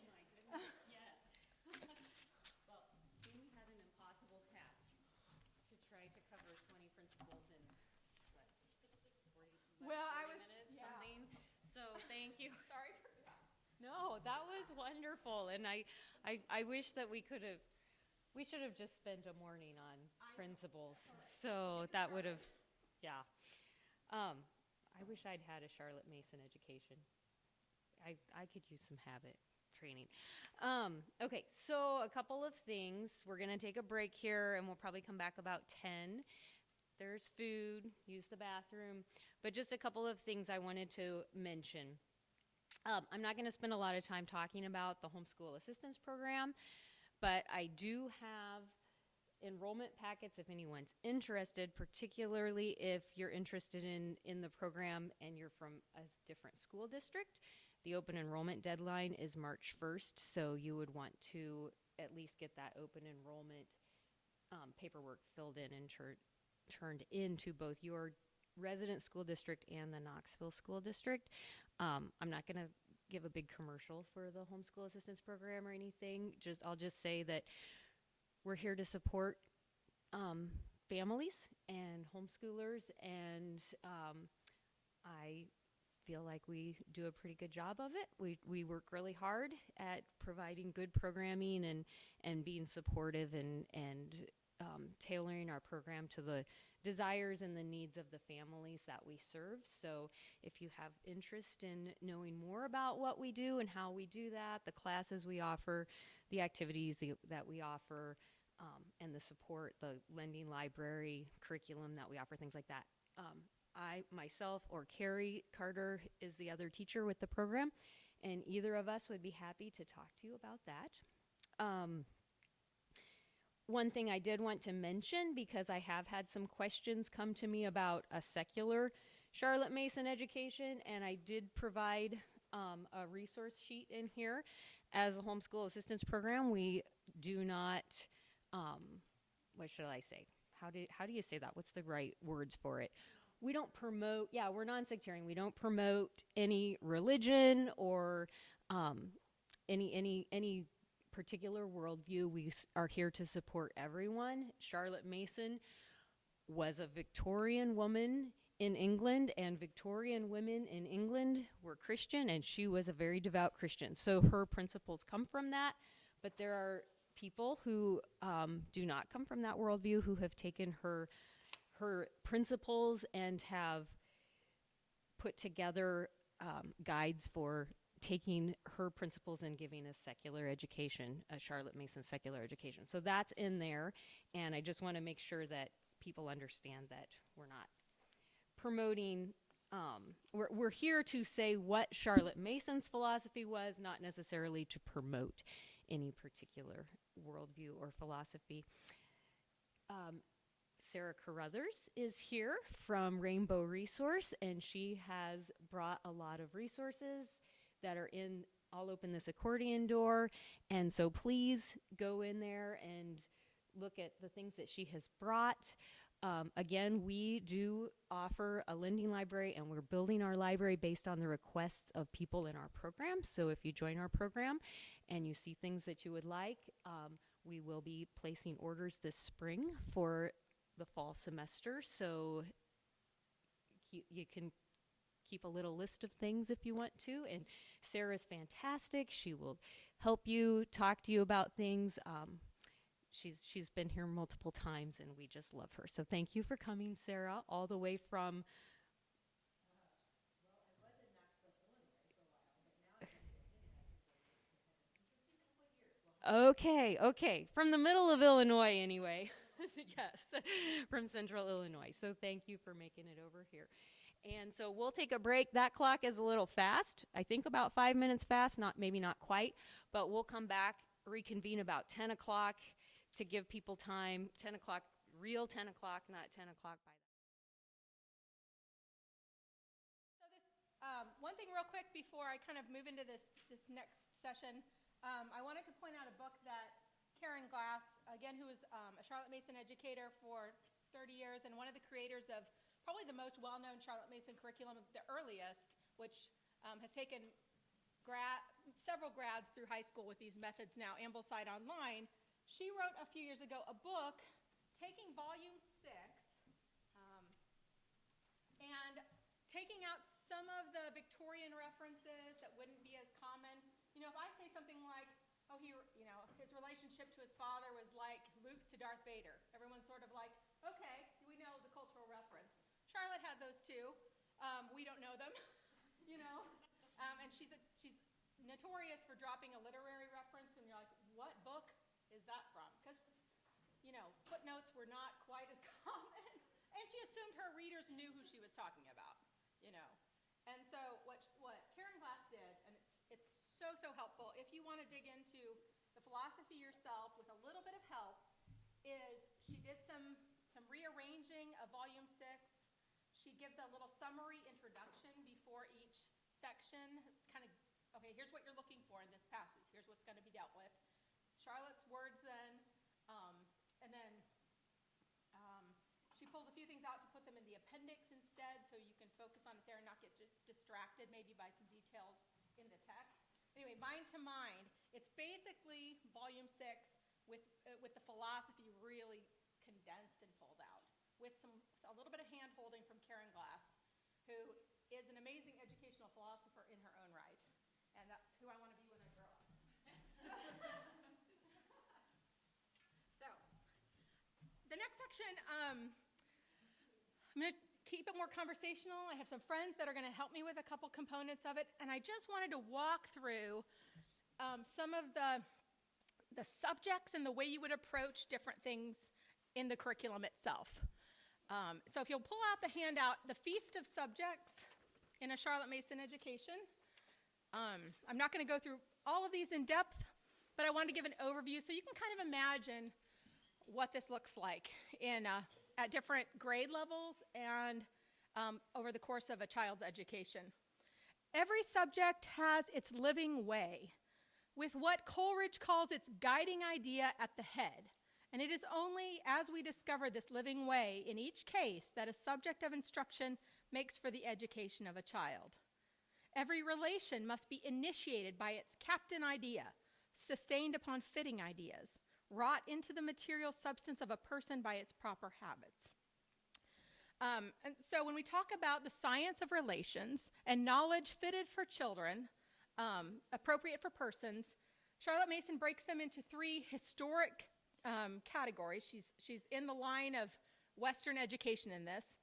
Divine philosophy, which is the knowledge of God. Moral philosophy, which is the knowledge of man. And natural philosophy, the knowledge of the universe. Those were the historic divisions, particularly at the university level, but it's the way knowledge is kind of divided for us as persons. And so a Charlotte Mason curriculum will have educational components and subjects with all 3 of these, let's say, dishes at the feast in mind. Or maybe we can think protein, carbohydrates, and fats or something. All 3 are part of the feast in different proportions, in different combinations. But that's the inheritance of a person's, due to them, the knowledge of these 3 categories. And so let me talk about knowledge of God. And here again, if you're working, there are Charlotte Mason educators all over the world. Some I know in the Ambleside online forums that are Muslim or Jewish, and it's still relevant to them because they have a sacred text by which they come to know the teachings of their faith. For Christians, that would be the Bible. That's the fundamental place we begin to know about God, how he's revealed himself to us, to his people in the Old Testament, through Christ in the New. And that's where you begin. So for children, that's usually where we do Bible stories when they're younger, complete Bible stories. We introduce them to the Gospels, to maybe parables from Christ. And then as they move into the junior high years, we maybe will add in some devotional literature that kind of applies things to their life and their faith. Maybe if you're in a church that uses a catechism to teach the fundamentals of your faith, that they would be learning that. That's all part of the knowledge of God. Hymns that you sing in your church or as a family, the history of your church and great people of faith. Younger children, again, it would be stories of missionaries, of heroic saints, things like that. And you would move into the way you will in history, the more primary sources and letters and writings of those people. In high school years, worldview and apologetics would belong in that knowledge of God as you prepare them to understand their faith more fully. So you can see that there's kind of a progression, and I should have said it at the outset, there's a list of a lot of things on here. This is not 20 programs you're going to buy. These are areas of knowledge. Some of them are going to overlap. Some of them are going to be found in the same resource that you use. We're breaking it out to kind of think about all the dishes in this feast, and how you would add those at different points to kind of deepen the knowledge in each of these categories. My title there was An Education in Books and Things. Most of a Charlotte Mason education is going to be found mind to mind. The ideas that an author puts in their books, kind of directly without an intermediary. Books are the best way we get another person's thoughts, unless you're blessed with living with a theologian or living with a biologist. You maybe won't need a book on biology if you live with a biologist. Most of us are going to have to rely on some ideas coming to us through another resource. All right, so that's the knowledge of God, and we can talk more about kind of resources for that. I assume that people sort of have their own for their family, and they can emphasize that to different degrees in their home. But foundationally for the Christian, it begins with knowing and studying the Bible deeply and well. That's where God has revealed himself to us. The next component, moral philosophy in the ancient world, the knowledge of man. This is how we bring the person, the child, in touch with other persons through history, past, through geography, through present relationships with those around him, citizenship, all the ways that we want him to be in touch with what other humans have created and thought about and developed, and to fit him into a world of existing affinities, things that he has a right relationship to as a person. He's not his own little pod, separate from this, the work of other people. History in the elementary years then is going to look like tales of legends, of biographies. On the table that Sarah brought, there's a book called 50 Famous Stories. And an educator in the mid-19th century took some of the famous stories of history. Let's see. I think some of them. That would be, if you'd like to, yeah. Some of the most famous stories. Jody, give me a. Huh? George Washington chopping down the cherry tree. Okay, right. And it just, all the way from ancient history forward, pulls out some, and all we're doing is not trying to teach all of history to a second grader. We're trying to give them a few ideas of people that lived in the past and stories about them. So legends and tales and biographies especially. We want a person to come into relationship with other persons. Biographies are the best way for that. So there are the Delaire books back there, which are wonderful picture books. And then, I'll grab these two. So yeah, picture books. And those are a great elementary beginning to, all we want is to give that initial idea. There were people in the past that lived interesting lives, or different lives from me, or weird lives, and just something that kind of begins that relationship where they want to know a little more. They're not going to know and remember everything. You're going to come back to these ideas in a little deeper form. But it's going to be vary somewhat based on your own family culture and history.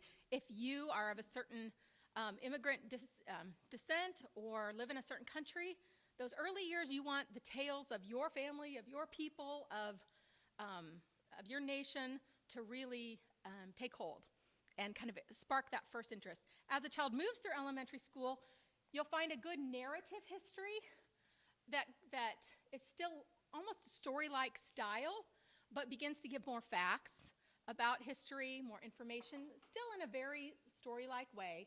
This one is The History of the World by Hillier. It's been used since the 20s probably. It's a long time.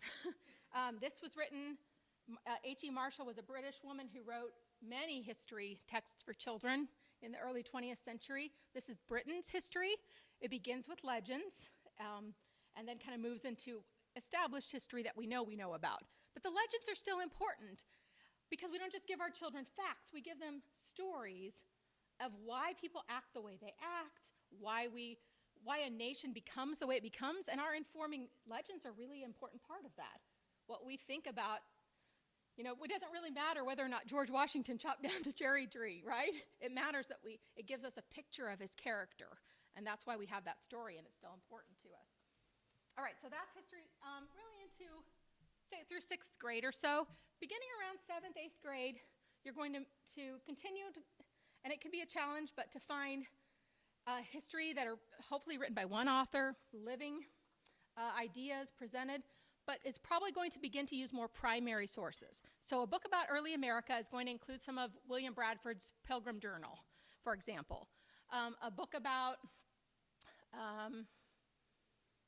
in the history period where you talk about maybe early English history, there might be snippets from the biographer of some of the kings of that time. So you're going to begin to bring in the work of history, how historians come to these stories and pass along this information using primary sources. The student begins then to see for himself that history is a bit of a work of interpretation.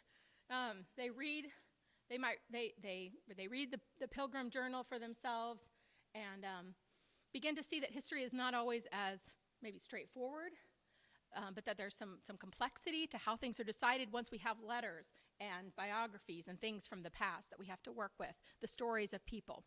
And high school, another level deeper, more primary sources, more mature and complex texts to read. Still, if you can, finding books themselves that are written in a literary, well-crafted language that's not a dry textbook. Those aren't ideas, they're facts, and the mind tends to reject them eventually. Even if it holds it for a test, it rejects it later. All right, I'm just move through a couple more of these. Literature. We begin literature in the younger years in a Charlotte Mason education with the building blocks of stories. Bible stories, myths, fairy tales, legends, fables. Those are the building blocks of all the literature they'll read into junior high and high school and college and on. All stories really look back to those forms and those early building blocks. And if they can understand so that part of it's the structure of those works that all later literature is built on. Part of it is that those stories awaken what we call a moral imagination, where children begin to see consequences of behavior in a story. They don't have to experience it for themselves, but they get a picture of what lying maybe brings about, or they get a picture of what a courageous act looks like in spite of suffering for it. Stories are the best way we can give our children a sense of how good and evil play out in the world, so that they can imagine for themselves, what would I do in those situations? So all elementary school especially should be classic children's literature, well-written biographies, but also those literary stories as well. And that should never end. Just a little deeper, a little more complex.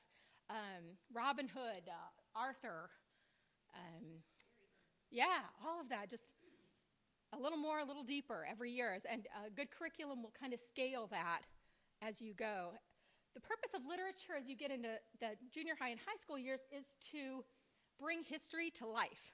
Literature is the handmaiden to show you how people thought about their time, how they lived in their own times, what kind of stories they told themselves. History and literature will work together to bring a period of life or of the past to life and give you a sense of what that time was like. I have poetry and Shakespeare listed separately rather than as part of literature because Charlotte Mason believed they had different important functions in the curriculum to learn the beauty of language, the meter, the rhythm. Again, the metaphorical imagination that poetry requires is so important. Shakespeare, she wanted students to begin to imagine types of characters.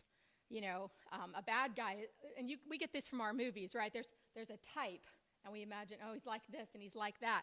Shakespeare offered that to people historically, a damsel in distress or an evil uncle or all sorts of types. And she wanted Shakespeare, not just the beauty of the language, but the types of people that he portrays again and again to be something a student could recognize.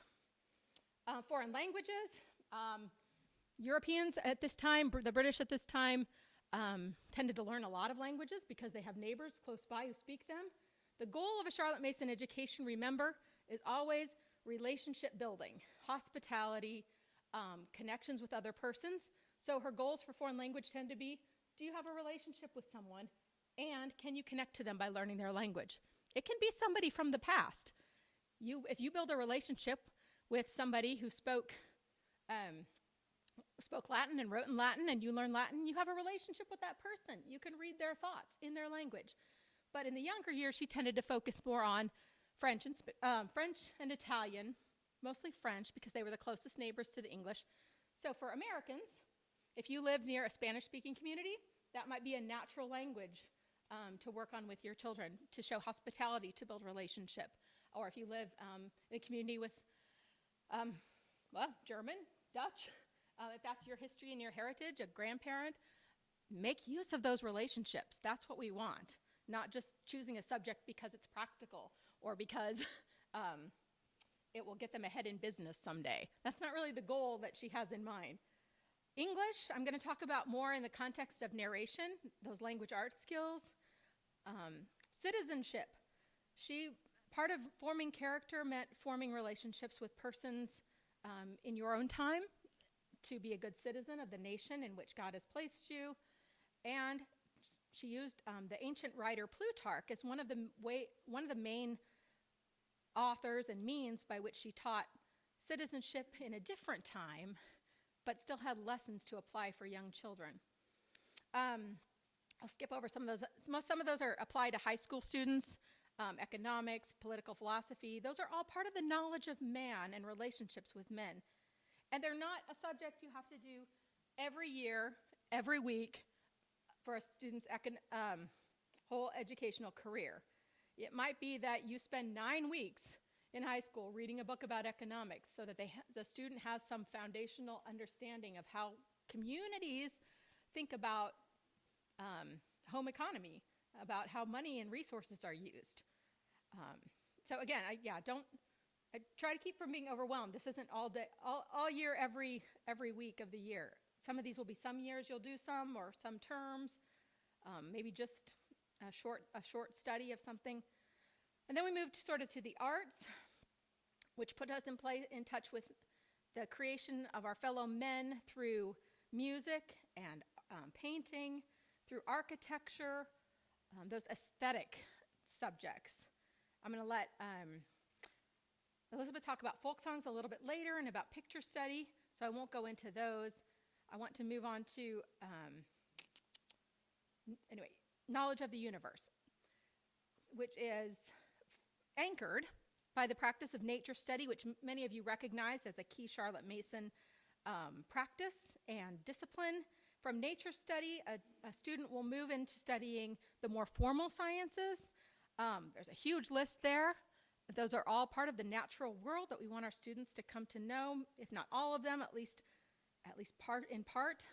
Geography is really interesting in a Charlotte Mason curriculum. Again, the science of relationships, both with the natural world. Why does the sun come up in the east? Why does it set in the west? That's geography. What's uphill? What's downhill? Where are the rivers and lakes near me? What kind of tree? That's nature study, where trees and flowers that grow around. But she also really wanted students to think about the world and other cultures and other land forms. And the best way she found to do that was to find books written by people who had traveled or lived in those places. And there's wonderful books that a good Charlotte Mason curriculum will recommend that take a child with the writer, with the traveler, to those places to see the people, their world, the landscapes, their architecture through the eyes of the traveler. One of my favorites is by 1920s adventurer Richard Halliburton. He was kind of a daredevil, maybe an Elon Musk of his time. I don't even know how to explain him. But he traveled everywhere, and he swam the Panama Canal, and he describes the landscape and the place around it. And he took it. He wanted to see how Hannibal had crossed the Alps with an elephant, so he tried it himself. He did a lot of things that were illegal in the countries he was in, but he writes with such love and living language for the people he meets and the natural beauty around him. It just takes a student to those places. So you want to find a workbook giving you a map and describing the topography of a place is not going to do that the way a living mind describes a place and people in it. It's one of my kids' favorite subjects is some of the geography books we've read. And we follow it up maybe by looking at a map and saying, okay, here's what we're talking about in terms of a traditional map. But that doesn't give them the imaginative sense of the place and a love for other places and cultures. Mathematics, our knowledge of the universe. Technological sciences, we've added those now. Computer programming, robotics, engineering, those would all be part of knowing the universe, how things work in our world, the physical parts of our world, and how we can use them as persons and interact with them. Physical education, our bodies in the universe. We are physical beings. And she wanted students to think about being fit so they could be helpful, in service to their neighbors, ready to be courageous physically. And then handicrafts, which maybe you thought of as a Charlotte Mason education. Well, they do a lot of crafts. Yes, but it's not the kind of crafts where you buy a foam packet and you stick googly eyes on something that every mother hates to have come home from church or stuck on her fridge. The goal of handicrafts is mastery over a material, a physical material, into some worthy craft eventually. It's going to take a little while, for the good of their neighbor, for something useful and beautiful for the spaces they live in. So it's going to include woodworking and baking and certain paperwork we've done in our co-op. Sloyd, which is a paper cutting and folding preliminary before you move into woodworking and other kinds of things. Knitting, crochet, all the things that you think of as traditional crafts where people make useful and beautiful things. And that's because a child is a person in the universe, and they need to know how material works and that they can use it for beautiful and good things. So that's a really quick overview, and I'm happy to talk more at any other time about kind of what some of these subjects have looked like. In our school, we use a specific curriculum that kind of helps me and walks me through how those progress. But the thing you just want to latch onto when you think about the course of education is wide and generous curriculum. Don't focus too much on any one thing so that the ideas for another area of a child's life atrophy. They can starve if all they're doing is math, okay? Math is important, but it has to be in proportion with the rest of this feast, right? My literary history kids, they've got to have some science. They have an inheritance, and I can't, based on my own tastes, based on their aptitudes, I can't strip any one part of the feast as they're in their formative years. As they move toward high school, some of those things they'll spend more time on certain subjects than others as they're looking ahead to their vocations. But I'll tell you, my son's an engineering major. He did more science and math his junior and senior years. So his history curriculum I cut a few books. He maybe did 2 heavy literature books versus maybe the 4 his sister did. I tailored it to him in that way, but he still needed literature. He's still a person who needs to know and love what other people have written, and be formed by those. For history, I love to recommend, if you've got a science kid, there are so many good books on the history of building things, of technology, the history of science by people who love their subject, and you get some history in there. One of my favorites is David McCullough, who writes about the building of the Brooklyn Bridge and the Panama Canal and the Wright brothers. My engineering son ate those up, and he learned a lot of history.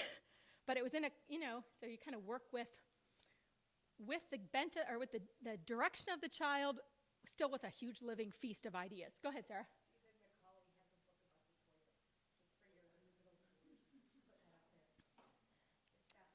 See, it's still a relationship, right? The human body is a weird thing, but if you don't want literature again that appeals to their crudeness, and yet there's a spark of interest in why is the world the way that it is, and how can we make use of that natural relationship to our world around us, for sure. All right, so I'm going to stop there, and then I'm going to have, Elizabeth's going to come up and talk about picture study, and then we'll talk about nature study and finish with a folk song, which is a little weird. All right. If you would look in your folders and go ahead and pull out this painting that you'll find there.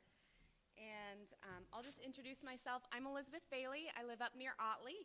And I was personally homeschooled, and am homeschooling our kiddos. And I'm just so thankful for what my parents poured into me. And Jami has been a mentor to me for the last 4 or 5 years when I started looking into Charlotte Mason methods, because they just made sense to me. And so today we're going to go over how to do picture study. And before I tell you how to do it, we're just going to do it ourselves. So what we're going to do is I'd like for you to observe this picture, look at it, look at the colors, look at what's happening, look at the emotions, and see what you can see. See if you can close your eyes and see the picture in your mind's eye. And we're going to take 2 minutes to do that, and then we're going to flip it over and see what everybody remembers. So everybody go ahead and start.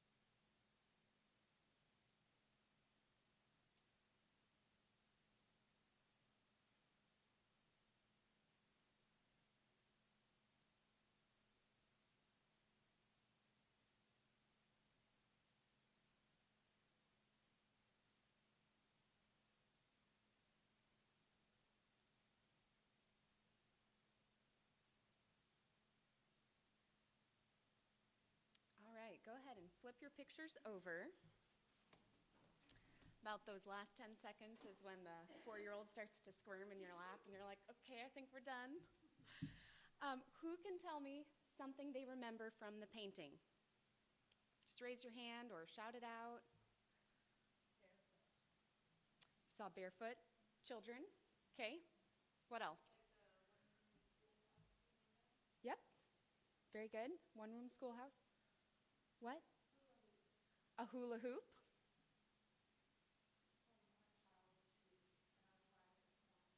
Yes. That is interesting. One child with shoes. Good observation. Okay. Late summer, early fall. The girls are watching. Nothing's changed.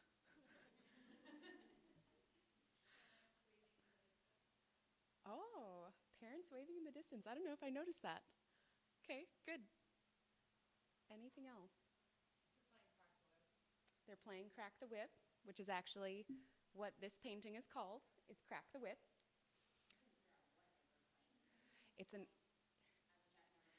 It's probably one of those games that's been banned these days because boys would get tossed on their heads and they didn't want to get sued at school anymore, right?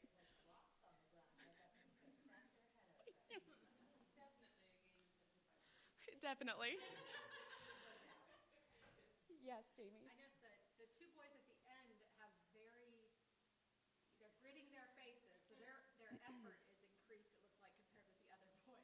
Yes. It seems like they were the holding, and the boys had to whip, and the two on the end said it would fall. Yes. Yes. Yes, so some facial expressions there showing the tension. How about colors? Anyone notice use of colors? It's obviously a nice day, but it was cloudy. Okay. It was cloudy. Nice day. Good. What kind of... The what? Yes. He chose to use those contrasting colors, really made it pop. Yeah, good. All right, let's turn it over again. You can take a look. So this painting was by Winslow Homer. He was born in Boston, Massachusetts. He lived from 1836 to 1910. He was an American painter. He was famous for his marine subjects. He painted a lot of paintings of the sea and fishermen. He was also, his artistic inclinations were encouraged by his mother, who was an amateur painter. And during the Civil War, the American Civil War, he made sketches for newspapers, but instead of focusing more on the battles, he tended to focus more on camp life. So that's just a little bit of interesting information on Winslow Homer. And in this painting, let me just go over a little bit of what are the goals of our picture study. So when we're doing picture study with our kids, the goal is not to have looked up all the information on an artist, to have studied them, to figure out what their whole life was like. The goal is for us to cultivate a love for this painting and a relationship with the artist. Let me give you an example. Right now, my kids are learning about Leonardo da Vinci, and so we're looking at pictures. We have 6 pictures I've printed out, and about every other week, we sit down on the couch, and we do just what you did. And we sit down, and we turn it over, and we observe the picture, and then we turn it back over, and we try to remember. And I like to ask questions of my kids to help them think, how do I be observant? Because one of the disciplines that a Charlotte Mason education is trying to cultivate is observation. And so asking questions that will help them to cultivate that skill, like, what colors did you see? How many flowers were in the bouquet the girl was holding? What color was the dress that the girl was wearing? What do you think she was thinking or feeling in that picture? Or why do you think that boy, how many of the boys were wearing shoes? Or how many boys were there? Or what color was the schoolhouse? Or was the sun shining? Or where do you think this was placed?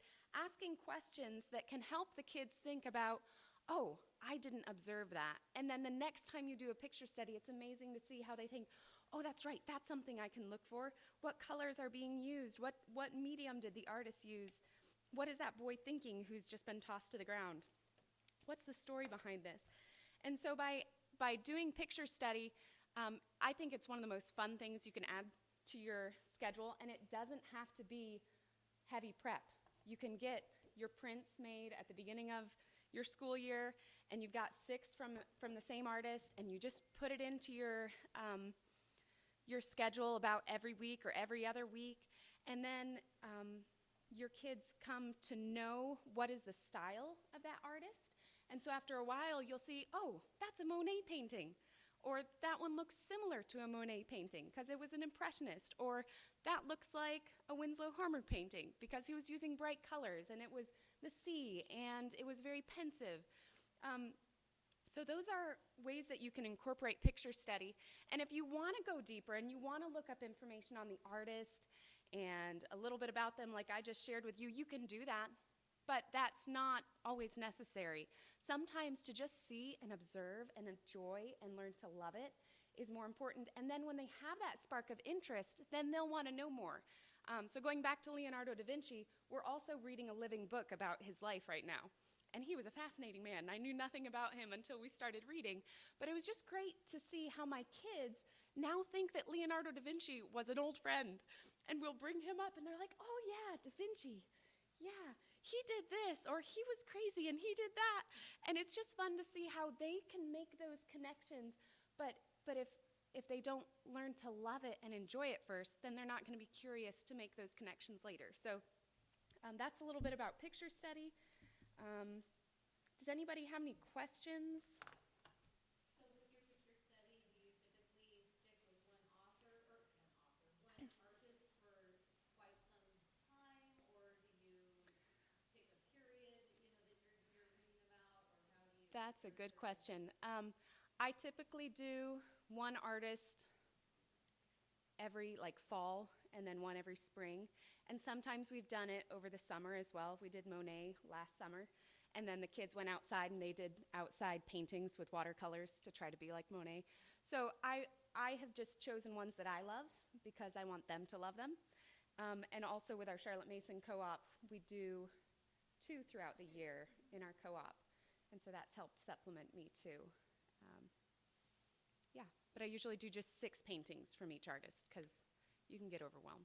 I would say one thing about, there are periods of history where there are an amazing wealth of artists, and if you try to hook everything up history-wise, you don't always get to some of the other artists. Mm-hmm. And so, at least in the earlier years, I'm not worrying about whether or not, that's the other thing, Charlotte Mason education is not so history-centered that everything has to hook up to history.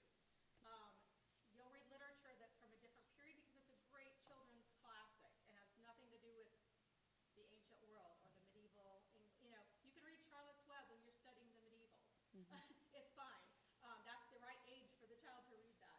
Same thing with artists. Leonardo da Vinci doesn't have to belong to the Renaissance time. Right. You just want an art gallery in their minds, really. Yeah. And then when they stumble across that later on in their history lessons, they'll say, oh, Michelangelo, that's right. We studied his paintings. He was known for this. Yeah, that's a great question. Anybody else have questions?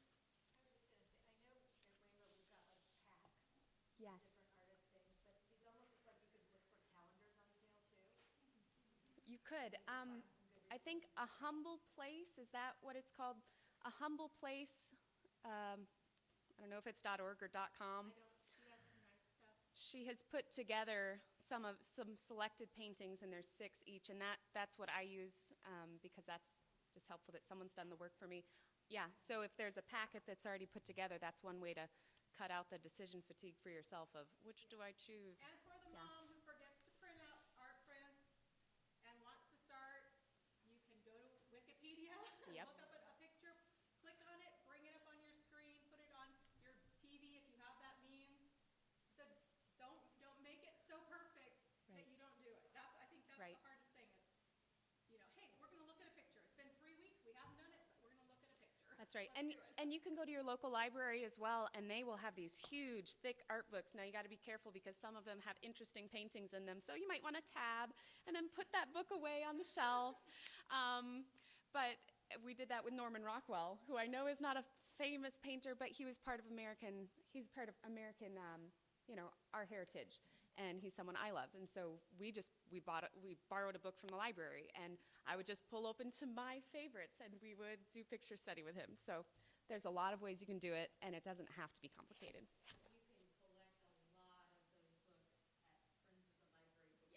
Yes. Coffee table books. Yeah. Very expensive books for very cheap that you keep your eyes open. Yeah, that's a good tip. The nice thing too about either printing them or getting the pack from Rainbow Resource is then when we're done, we take one of each of our prints and we put it in a sleeve, clear plastic sleeve in a binder, and we can flip back through them. And it goes on the shelf with all of our other books. That's a great idea. Or sometimes we pull it out and put it where it's more accessible. Just have fun flipping through them. Yeah, that's a great idea. One thing that I forgot, what we do, and this was something that, Simply Charlotte Mason. Sonia Schaefer, who has a lot of resources for Charlotte Mason education. So Sonia Schaefer suggests putting up your picture on the wall in a place where your kids are going to see it frequently. And so we've got a whole wall with all of our Leonardo da Vinci paintings right now, and I just put ticky-tack on and I stick it up there. So that can be in your dining room, it can be in your schoolroom, it can be in your hallway, but that then keeps it fresh in their mind instead of it just being put away immediately. And then we take it down when we have a new artist. All right. Natural tie-in too to like as a writing prompt, making a list of adjectives or feelings that you associate with this. Of course, in an art lesson itself, there's a lot of value. In this one, asking your student, where's the light coming from? That's a tough question because you don't notice it at the top, but you notice it on their shirts. Yeah. So there's just the picture studies in general Right. have so much to offer. They do. And it's amazing to see what the kids pick up on. And you're not even teaching them to do that. They'll say, I noticed that there's light coming in from the window. And it's like, oh, I didn't tell you to look for that, but they're noticing it because they're taking a moment to be quiet. Lesson, and now they're relating it and connecting it to the picture. Right. And those are questions that are asked in picture study, especially as students grow older and they get accustomed to, this is what I see, okay? And then to take some of those things a little further. Or write a dialogue that goes with this painting. Right. Which you could do when they're older. Although I would suggest with your little kids, just keep it simple, keep it happy, have them love it. Because if they love it, they'll want to learn more. And then up it as they get older if there was something that you wanted to have them do with that. So that's great. That's all I had. I'm going to turn it over.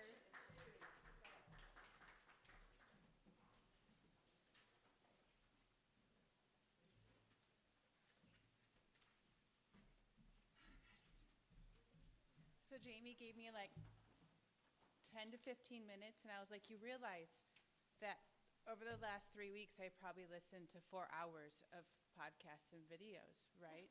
Because I just stumbled across the fact that Jami Marstall has like tons and tons and tons and tons of videos that he's done to make this more accessible. Thank you. I'll try and do that. It feels really awkward. And since I'm like to keep track of where I am, I'm going to turn the timer on real quick so I know where I am. Because I need to keep track of it. I have no sense of time. So, nature study. So Jami invited me to come up and do nature study because she thinks I'm fantastic about it, but she's wrong. However, I do love nature and nature study. It is, I didn't grow up being homeschooled, but I thought recently as we looked back on it, I was like, the principles that Charlotte Mason has and these things, I'm like, they were living in my dad growing up, and we would go hiking all the time, and he would point out little things to us and draw our attention to stuff. And so I grew up doing nature study, which is probably why I love it so much. And so if for any other reason, though, do nature study for you, because it is so good for your soul. So I'm going to start with an overall purpose for nature study, just so we can get an overview and then kind of break it down a little bit. So one of the reasons why we do nature study, at least if you are a Christian, is to know and love God more.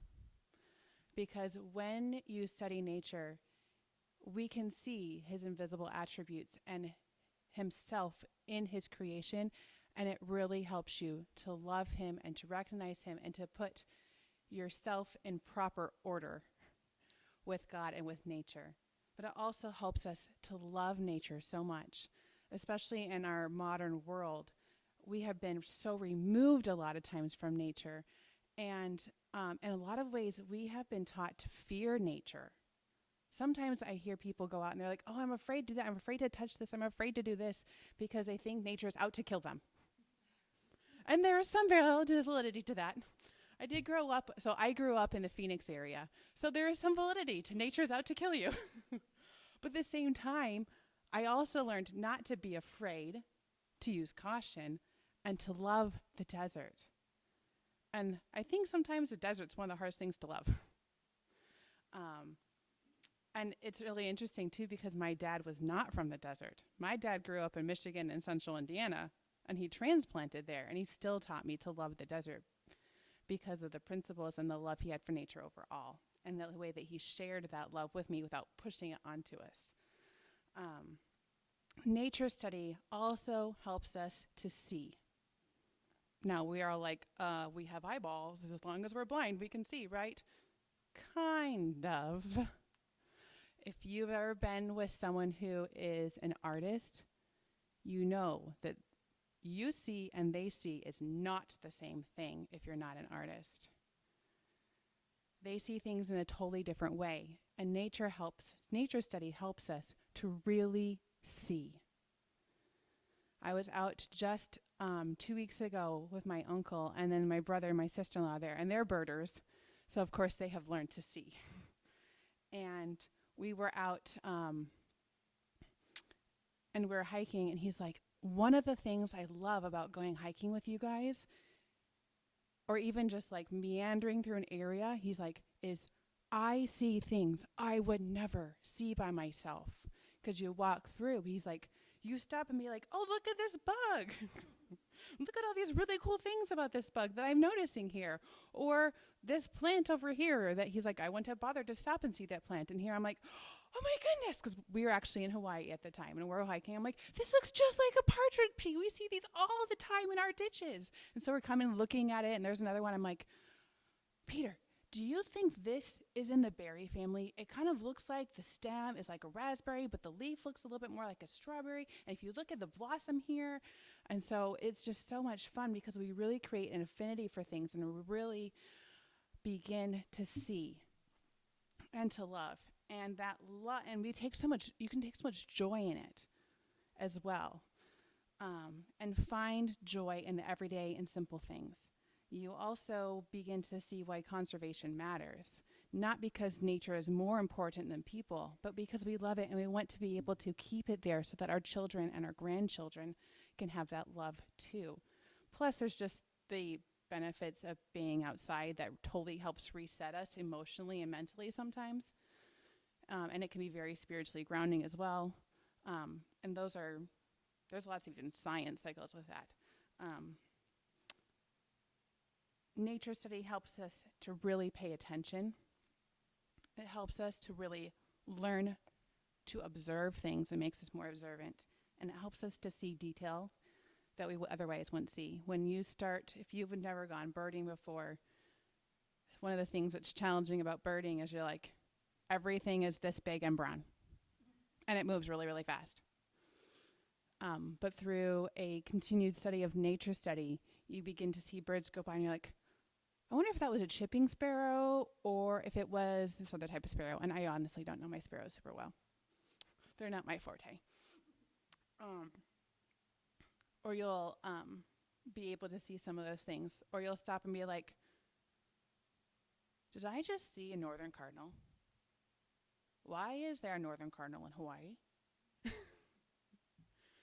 Or, whoa, there are so many cool similarities to that. Okay, I thought that was this, but it's not, and that's super cool. And just it feeds the soul. But also for our children, one of the purposes of nature study is that it is the foundation for our formal sciences. I don't know if you guys know this, but in Iowa, there are actually no requirements in schools for science up at least through third grade, even for the school systems, because we're laying a foundation. So I hope that frees you up. You don't have to do formal science with your first or third graders. You actually don't have to do formal science pretty much until high school. Sixth grade. There we go. Thank you. So through fifth grade, whatever you really want. Yes, nature can be science. We don't want to make it into a science lesson necessarily, but you learn an amazing amount of science through nature study, and it is really does lay the foundation because it helps you to see, it helps you to observe, it helps you to create a love for things. It helps you to, like, the journaling practice is amazing. Like, journaling is the foundation of lab notebooks. So if your kids have done nature journals, you'll get to lab sciences and be like, oh, okay, you give me these 5 things, okay, I know how to make a lab journal, no problems. So because they all have learned through telling and through writing and through drawing in their nature notebooks how to do those things. All right, so there are really 3 components of nature study. Ready? Okay, no, we're counting. Oh, we're counting up. We're already done. There's nature walks, nature journals, and nature lore. So nature walks is literally going out and going into nature and seeing what you can see. And you can go with an agenda or you can go with not. Even if you go with an agenda, you do need to keep yourself open to saying, what is here today? Because sometimes you go look for lichens and you see no lichens. But you do see some really interesting stuff. And then the part of the purpose of that is to create that affinity and that love and that joy in your kids. And it is one of those things that the more you do it and the more consistent you are, the more you learn. So in the spring, we have what is called ephemeral flowers. They only come out really short periods in the spring. And it took me like 4 years of going out and looking for these things and then taking pictures of them and then going back home, or even if I had a journal with me, or not a journal, a book with me, looking them up my book. And all of a sudden, 4 years later, I was like, I know what these are. I know when to look for them. I know where to look for them. Because for 4 years, I've gone out two or three times a season with my kids and have really looked. And so now I see them springing up everywhere. And it'll be like, I didn't anticipate to see that one here. Or if we see this, let's look for this too. And amazing things that you can find. The thing with going with your kids is you can bring your nature journal or you cannot. You can journal and study, or you can take pictures and do it at home. They don't have to be at the same time. And it's way easier with little people not to bring your nature journals. Bring your water bottles, bring shoes that can get muddy, and go out and have fun. And know that not every time is a wonderful time, and that's okay. You're with little people.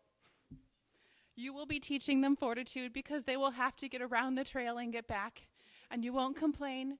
And sometimes you say, okay, well, the car's not that far away, so let's just keep going. We'll get there soon. And you will have kids sometimes that are crying and whining, and I was one of those children. It's about the long term sometime. Every single nature walk will not be a wonder. Actually, they're probably a little bit more rare than the norm because you are creating a habit. And they will become more and more wonderful the longer you do it with your kids because they'll get used to it. And you will get used to it. And you will build stamina. So at first, if it's not wonderful, just keep trucking.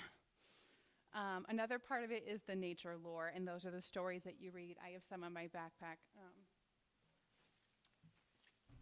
My kids are particularly fond of the Burgess books. They love them. They are so much fun. And we do these kind of separate. We do not actually go and tie them together super well with our nature walks and our nature journals. We kind of view them as 3 parts that don't have to perfectly coincide because it's easier to not make them coincide, and I don't need to make all the connections. That's their job as a student.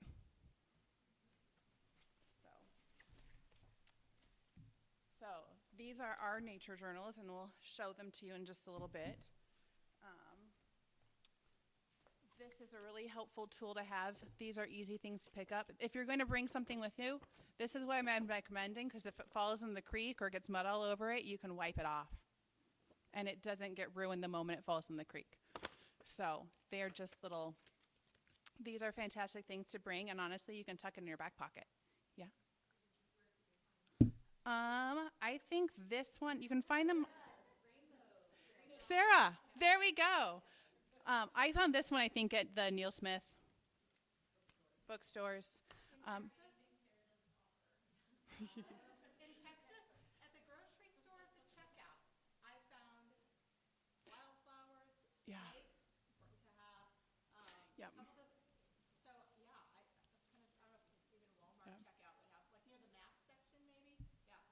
So yeah, you find them in strange places sometimes. This Birds of Iowa book I highly recommend because it's broken down by color. And then it goes from smallest to largest.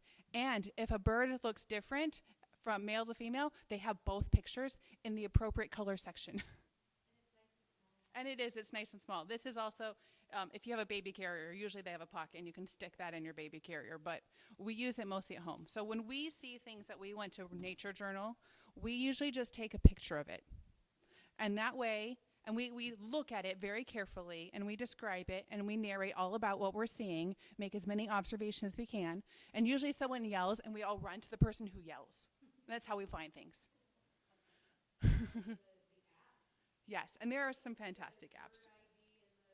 Yes, the Merlin Bird ID app is great as well. I think it is in coordination with Cornell University. Cornell has amazing things.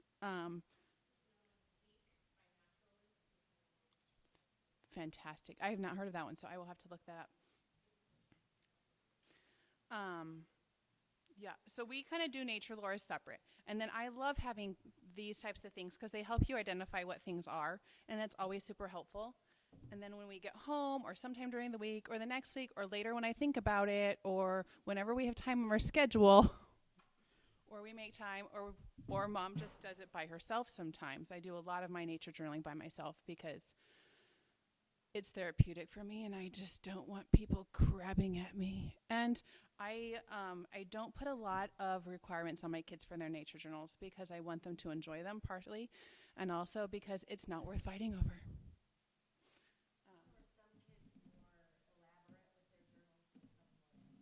Yes. I'll maybe bring this out in narration, but what you see as the finished product does not always reflect the mental effort that went into that product. By far. An incredibly observant child who is thinking about the shape and the color and what it reminds him of, all internal, all hidden, and you get a stick figure. and messiness and neatness and rushing, of course, have to be checked. But that output does not necessarily reflect what happened in his mind. And that's just part of the mystery and the faith of the parent. Yep, and I do have a kid who I'll have to go back and say, I would like more detail, please. Because he just wants to be done. And so I say, that didn't take you long enough. I want you to put a little bit more thought and effort into that. But I don't do that every single time with every single kid. And I don't do it as consistently, or don't even do nature journals as consistently as I would like. So this one is my now 7-year-old. I would highly suggest dating things. I'm just horrible at doing that. So this is her moth. And we talked about moths, and so I said, okay, make sure you write, when you do your moth, make sure that you draw some of the things that make moths special. So she made sure to draw fuzzy antennae on hers. Do we always label everything? No, that's okay. Do I, as an adult, do a lot more? Yes, but I think she was 7 or 8. So for 7 or 8-year-old, I was happy with that. So this child is now 9. Nature study is not his favorite thing, and so sometimes he will do a lot more detail here, and sometimes I get Mr. Groundhog.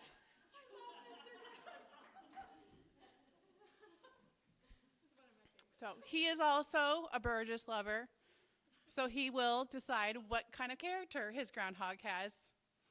So I just never know what I'm going to get in that kid's nature journal. This is my 11-year-old, and he loves to draw, and he also loves nature. This is one of his first entries. He was probably 8 at the time.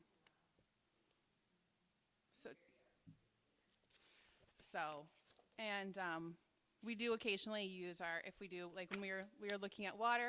So we did it. We also put lab notes in here sometimes. And then he did a page where he did all different types of hummingbirds. This is a multimedia notebook, I think. And actually, if you're going to bring your journals out, this is probably a little bit on the large side.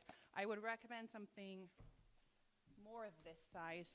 And if you're going to bring it out and ever want to do something outside, a hardcover, John Muir Laws talks about this, but he's like, a hardcover is necessary because then it doesn't, you're not going like this when you're trying to draw something and make notes. So, but this size is really much nicer. So quite often, if I get to it, so that we don't have the snake taking up the whole entire page like this, which isn't such a bad thing, honestly. We'll sometimes draw a line halfway through, say, okay, use the bottom. But then sometimes what we'll do is we'll take this, and if the kids want to know more research, and as they're getting older, here, this is one of our nature pages, too. He just wrote down all kinds of information, and that's okay to do. Your nature journal is what you make it out to be, and so you use it however you want. On mine, I have lots and lots of different kinds of pages. I have pages like this, where I compared golden Alexander and wild parsnip because one is highly toxic or photosensitive and one is not. And so I want to know what the difference is because this one is great to have around and this is a good reason for Roundup. So, and then we had barn swallows one year. And so this took lots of different times because one time I sketched it and drew it. I wrote down the different things. I wrote down some fun facts. I wrote down a story about barn swallows at our house and how they and my dog played together. Sometimes this is the further I got. It's okay. So, but the other thing is you will notice, and John Muir Laws talks about this too, is that the more you nature study and the more you draw, the easier it gets. So if you can say, I can't do that because I'm not an artist, that is not true. You start where you are and you keep learning. And the more you see and the more you observe, the easier it gets to draw. So I love to start with pencil. I did not paint this with a watercolor paint to start with. I painstakingly drew it from something like this with pencil, and I used my eraser a lot. And yeah, you can see I wrote a whole lot down. And I love to write the scientific names personally because then when I see another flower, I'm like, that one looks like this one. And I can go back and be like, oh, well, that makes sense. They're both rudbeckias. And so it helps you make connections. And sometimes if I leave room on a page and I can go back and I can add a different rudbeckia that I'll have later. This is never one day's worth. It's usually like 3 different weeks. I sat down and I wrote more and I looked more because I wanted to know more. And so don't feel like you have to do a ton on one page and don't feel like you have to do it all at once. So, what? This is my only one I have so far. So sometimes I only do one entry a month. So this one and this is all the further I got before I moved on. It's okay. So. Actually, I threw a lot of things away. So, but I went over my time, so I'm very sorry. And if you have questions, I will happily answer them later.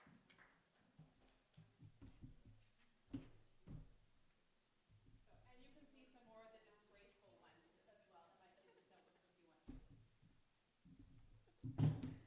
I just love to hear Rachel talk about nature study because you can tell how much she loves the subject. And so it's just always fun. Doing it imperfectly is more important than doing it perfectly. And not doing it. That's most of life, right? Than not doing it, yes. Do it imperfectly if you're not going to do it because you can't do it perfectly. All right. So I'll make this quick. And the thing I love about folk songs, which is what I'm going to talk about next, is that it can be quick. And it's kind of like picture study, where our goal is to learn to love something that connects us to other things. So folk songs, we learn and we sing folk songs because they are, as Jami would say, delightful for so many reasons. And like nursery rhymes, the language is often playful and fun, and the tunes are easy to remember. It's the kind of thing that your kids learn and that won't get out of their heads, and they'll just hear them singing it anywhere. Folk songs connect us to the past.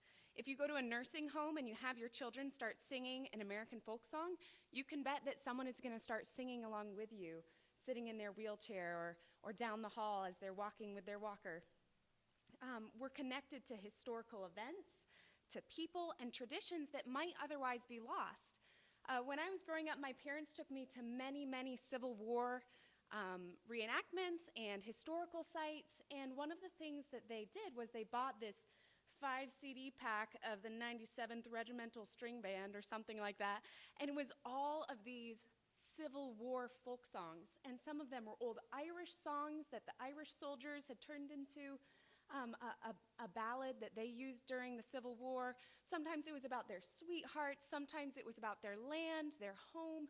And through listening to those CDs in the van and at home, I learned to love them. I learned to see that those soldiers were people, just like the men that I know. They had sweethearts, just like the men who live here. So it really helped connect me to the past and gave me a great love for that era. We're also a culture without common music is really no culture at all. We're connected not only to the past, but to other culture. And in America, which is the great melting pot, we have a rich heritage of folk songs from all over the world that bind us together. And so by passing these on to your kids and teaching them to love them, you're passing on an inheritance, as Jami has used that word so often. And it's also just fun. We're going to sing Billy Boy together. And what's funny is folk songs often have lyrics change because they get passed on from generation to generation. And so what one mother might say, can you make a cherry pie? The other saying, can you bake a cherry pie? And one is saying 3 times 6 and 4 times 7, 28 and 11. And the other is saying, she is 60 times 11, 28 and 47. And that's okay, because it's part of our heritage that we've passed these down because we love them. And it's okay that the words are a little different. So we're going to actually sing this together. And so if you want to pull out your Billy Boy, I don't know, do any of you know this song? My mother would sing it to me, except she would say, can you bake a cherry pie, Sissy Ann, because they called me Sissy Ann when I was a girl. So. Yeah, why do I know this? But aren't you glad you know it? And you can sing it to your son, you know? Where have you been, Isaiah James? Okay. All right, so we're just going to sing it. Bear with me. And I think to shorten things, let's do just the first and last verse. Is that, no. We have to sing the cherry pie. We're going to sing 1 and 3. Does that sound good? All right. Oh, where have you been, Billy boy, Billy boy? Oh, where have you been, charming Billy? I have been to seek a wife, she's the joy of my life. She's a young thing and cannot leave her mother. Verse 3, can she make a cherry pie? Billy boy, can she make a cherry pie? Charming Billy. She can make a cherry pie quick as you can wink an eye. She's a young thing and cannot leave her mother. Well done. That's what I learned as well. But you can find playlists with folk songs, and it's as easy as we're going to put this in when we're emptying the dishwasher. It does not have to be complicated. You can be working on one for a month, and you sing it, every other morning or every morning during your read-alouds. Keep it simple, keep it fun, and just pass on the love for it. 3 times 6 and 4 times 7, 28 and 11. Thank you, Rachel. Or Elizabeth, sorry. Yes. I mean, that's how I feel about my girls. Like, wait, no, she's too young to be her mother ever. So it's a broad feast, but the goal is always relationships with the past, with the present, with the natural world, within your family. There's good science behind things like singing, increasing serotonin. When you're a grumpy family and you start singing together, there are some good things that happen. It's such a rich and living education, but it really just ends up feeling like life. That's what's kind of strange. My kids don't always know where school leaves off and life begins, which is why I think Charlotte Mason's methods are so amazing, is that they've changed our whole family in a lot of ways, beyond just what we do for the school day, the way we think about so many things. So I think we're going to take another short break, and take 5, stretch, bathroom, another drink or something, and then we're going to come back and wrap up with narration.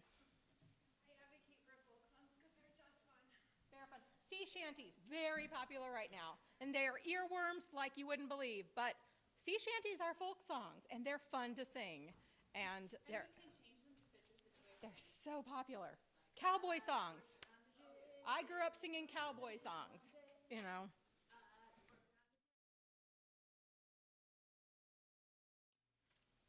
Your own little parents' national union.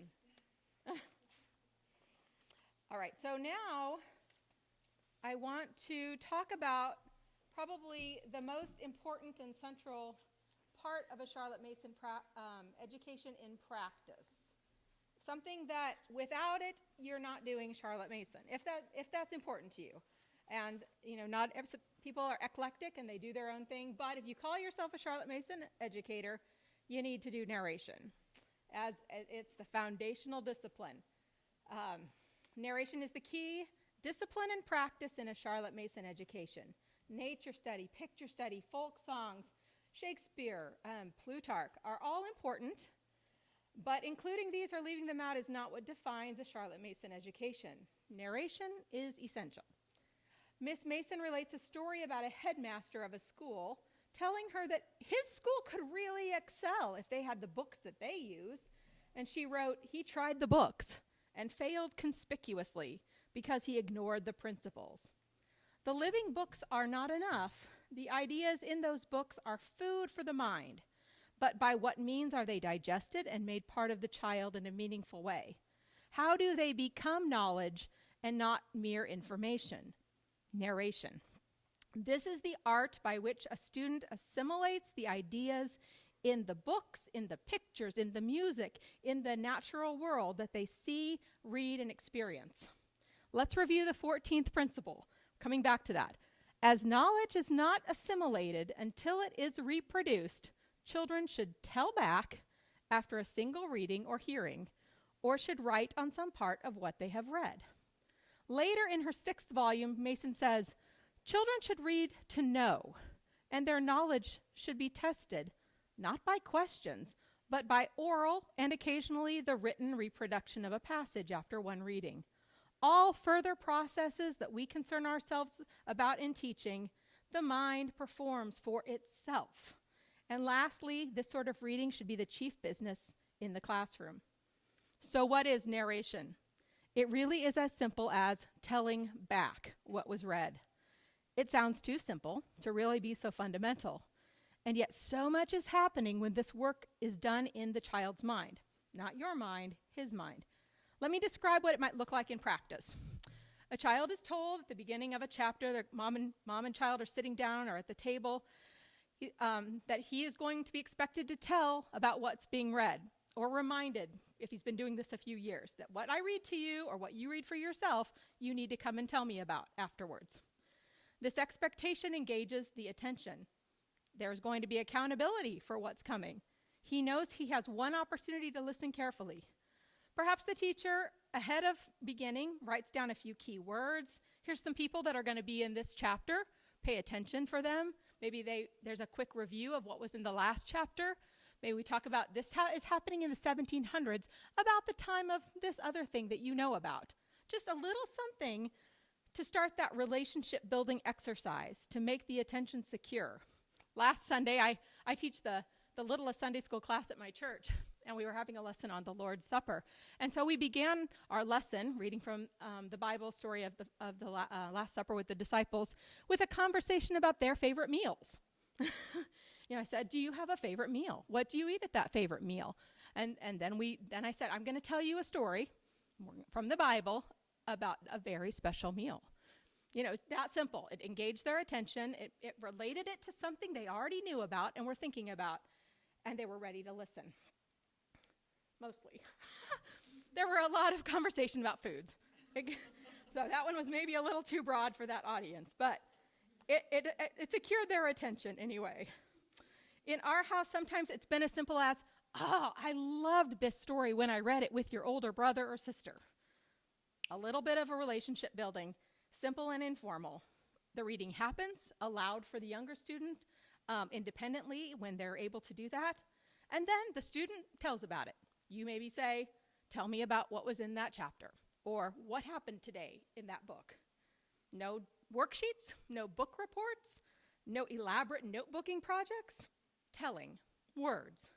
It really doesn't seem like it could be enough. But think about what the mind is doing. Karen Glass describes it this way. Although telling back is simple on the surface, a great deal of high-level thinking goes into producing even a basic narration. A narration must begin and continue in some kind of order. The material is ordered, chronologically or otherwise. Details are sorted and discarded or held on to. The child has to evaluate the relative importance of what was heard, select the material for himself, and then tell about it using vocabulary that he's learned. What are the most important things to include? What really wasn't important, at least to me? And if it's not important to the student, he won't remember it anyway. And the important things that you want him to remember, just mention at the end of the narration. Yeah, forgot about this, and it's important, so I'm going to tell about it now. After he's done the work of telling you what he got out of it. You can't digest food for somebody else. You just can't. Narration builds relationships. The child interacts on a personal level with what he has seen, read, or experienced. His mind will connect what interested him, and he'll communicate what he really does know. It won't be everything that he could have learned from the reading. It may not be what you, as a person with other connections and experiences, learned from the same reading.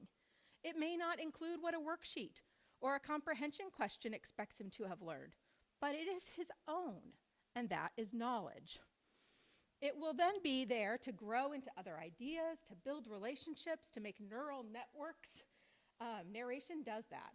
It takes that idea in a book, a picture, a natural object, and makes it part of the mind of a person. Here's an amazing thing to consider. It works even if a student complains and says she doesn't like narration. The mental effort to think about what was read, to work through those steps of what came first, then what happened, mentally selecting and discarding, still develops knowledge and relationships. You will have children tell you they don't want to narrate, that they already know what was in the story, or that you already know about it. Why should they have to tell you? But that's not the point. It becomes clear when learning hasn't happened because attention has failed, or perhaps because the book wasn't living. Some books are hard to narrate because they're dry facts. And Mason noticed that it seems to be necessary to present ideas with a great deal of padding as they reach us in a novel or poem or history book written with literary power. If a book is full of facts presented without any of this literary padding, you may find that narrations are a challenge for the student. So we're assuming a living book with living ideas in it, the child prepared and ready and paying attention, and then telling about it. Narration is composition. It's taking the materials being related, history, geography, literature, and arranging the facts, the thoughts, the ideas, presenting them to someone else in words. This is composition. It's first done orally, and then in writing as the student's skills in that area develop. Telling others about what we have seen or read or heard is a human activity. It's natural. But it is an art. That means we have to practice it, and we need to use quality materials if we're going to craft it into something of our own. The practice of oral narration or composition lays the ground for learning to write well. And a lot of homeschool parents are nervous about how to teach writing. And I understand that, and I get that. It's a very tutorial, one-on-one kind of thing that has to be developed. But narration will lay the foundation for that. A child's vocabulary is developed as he reads from excellent literature. His thoughts will begin to show organization, good thinking skills. And yet he's not limited in using oral narration by not having some of the mechanics of writing in place. We know children are able to understand and speak much more advanced language and complex thoughts when they don't have to worry about holding a pencil in their hands or thinking about spelling or punctuation. They have rich ideas, but if we try to tie those too closely to some of their other skills, then we're frustrated. They're frustrated. They have the language, they have the ideas, so it's better if we separate those skills for a time and oral narration does this. In a bit, I'll talk about the timeline for some of these other skills and how oral narration moves to written, but is not ever completely replaced by it. Narration is the ultimate relationship-building exercise. Think back to the 20 principles. We know that education is the science of relations, that knowledge becomes our own when we relate it to other things. Narration stirs the mind to look for connections, to compare. How is this historical life or that figure like that one over there? How is this king like that king or this president like that president? To see patterns in types of literary stories. It is an action of the mind upon knowledge, relating it to ourselves and other areas of knowledge. All right, here are some principles of narration. And these come from, again, you guys, if you're starting out, this is an amazing time to be using Charlotte Mason's methods because the first generation of women have finished their homeschooling and wrote books and blog and podcast, and they are incredible resources. And again, Karen Glass wrote a whole book on the practice and the art of narration called Know and Tell. So phenomenal, and I wish I'd had it. But this is a great book if you want more hand-holding for sort of narration and how it progresses. So here are some of her key principles. Narration should be done from high-quality material with rich vocabulary. Narration is most effective if the material is read attentively only once. Narration should not be interrupted by questioning. Narrations may be corrected or completed when they are finished. You know, if they get the main person or the date really wrong, fine, finish the narration, come back, correct it. You don't have to let them think, you know, that George Washington was at the Civil War. You know, there's a time to go back. You know, you got the president wrong. We're gonna correct that, but I see you understood about something else that was important. Narration of some material should be requested for a second time at regular intervals. This would be like an exam, so maybe at the end of the semester you would go back to a couple of their earlier books and say, tell me what you remember about this chapter in Robin Hood. Something like that, where they have to go back a little bit farther and try to remember. It just reinvigorates the ideas and makes them more their own. Narration should always be the child's own work. All right, how to move from oral to written narration. Once a student has gained confidence with oral narration and has been doing copy work long enough to have some mechanical skill, and that's just learning to first write letters properly, words, sentences, as they're building their penmanship and their copying skills. Let's see, it can be time to start written narrations. This can be a challenging addition because there's a gap in spoken fluency of language and writing fluency. That means a long, elaborate oral narration full of dialogue and wonderful vocabulary can become 3 very basic sentences on the paper. You know they're capable, again, of more going on in their minds, but they're limited in what they can handle in the writing and the physical work of writing or of spelling. That will grow, but I can always say more than I can write. The sentences do not show the mental work that went into forming them, like our nature study journals.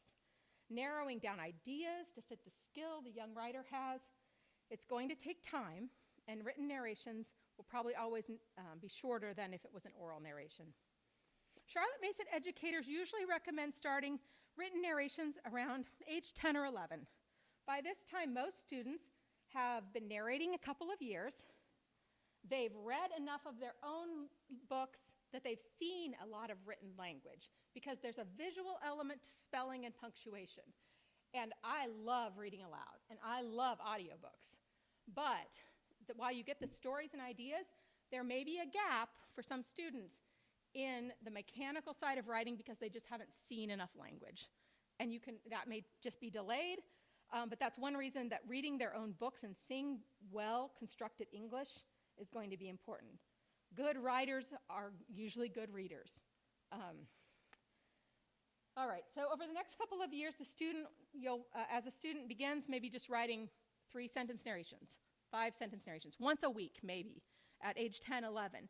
And then over time, as they move through junior high, you'll ask maybe for a half a page, maybe a page, depending on the student, always adapting to where a particular student is with his skills, so you don't frustrate, and always continuing oral narration. You'll build frequency and length of written narrations. Then, when they get into junior high it's time to maybe do a little formal grammar. And so you'll sit down with, you're probably doing this while you're doing copy work and some other things earlier on, but not necessarily focused on their writing. So what I did with my daughter, she has a terrible problem with commas, abuses commas. And so with her written narrations, we started, all right, here's where this is really 3 sentences. You can't use commas like this, you know? And so we would just sit down side by side with one narration, and I would say, of maybe 3 in the week. It wasn't every narration, it wasn't every week. But I said, you're making this consistent thing, you're forgetting quotes around your dialogue or something. A little bit of writing instruction in the natural context of their ideas. And over time, she's built those skills.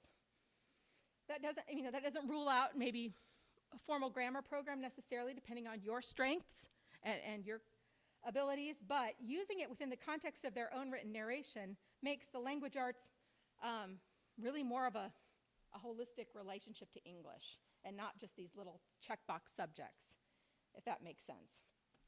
Okay, how to move on then to formal writing, what we would call essays or research papers. After a student has been writing narrations for a few years, again, always continuing oral narrations for their other readings, it can be time to take those skills and teach a few formal writing forms like essays or research papers. This is probably high school. It really doesn't need to be done before high school, and a student who is doing written narrations in junior high, who did lots of oral narrations in elementary school, is gonna be ready for high school writing, and you don't need to rush it, I promise. I have a lot of writers. They're doing fine. But Charlotte Mason actually warns against too much formal instruction, too much trying to control the style of the child instead of letting the child's natural style as a person develop.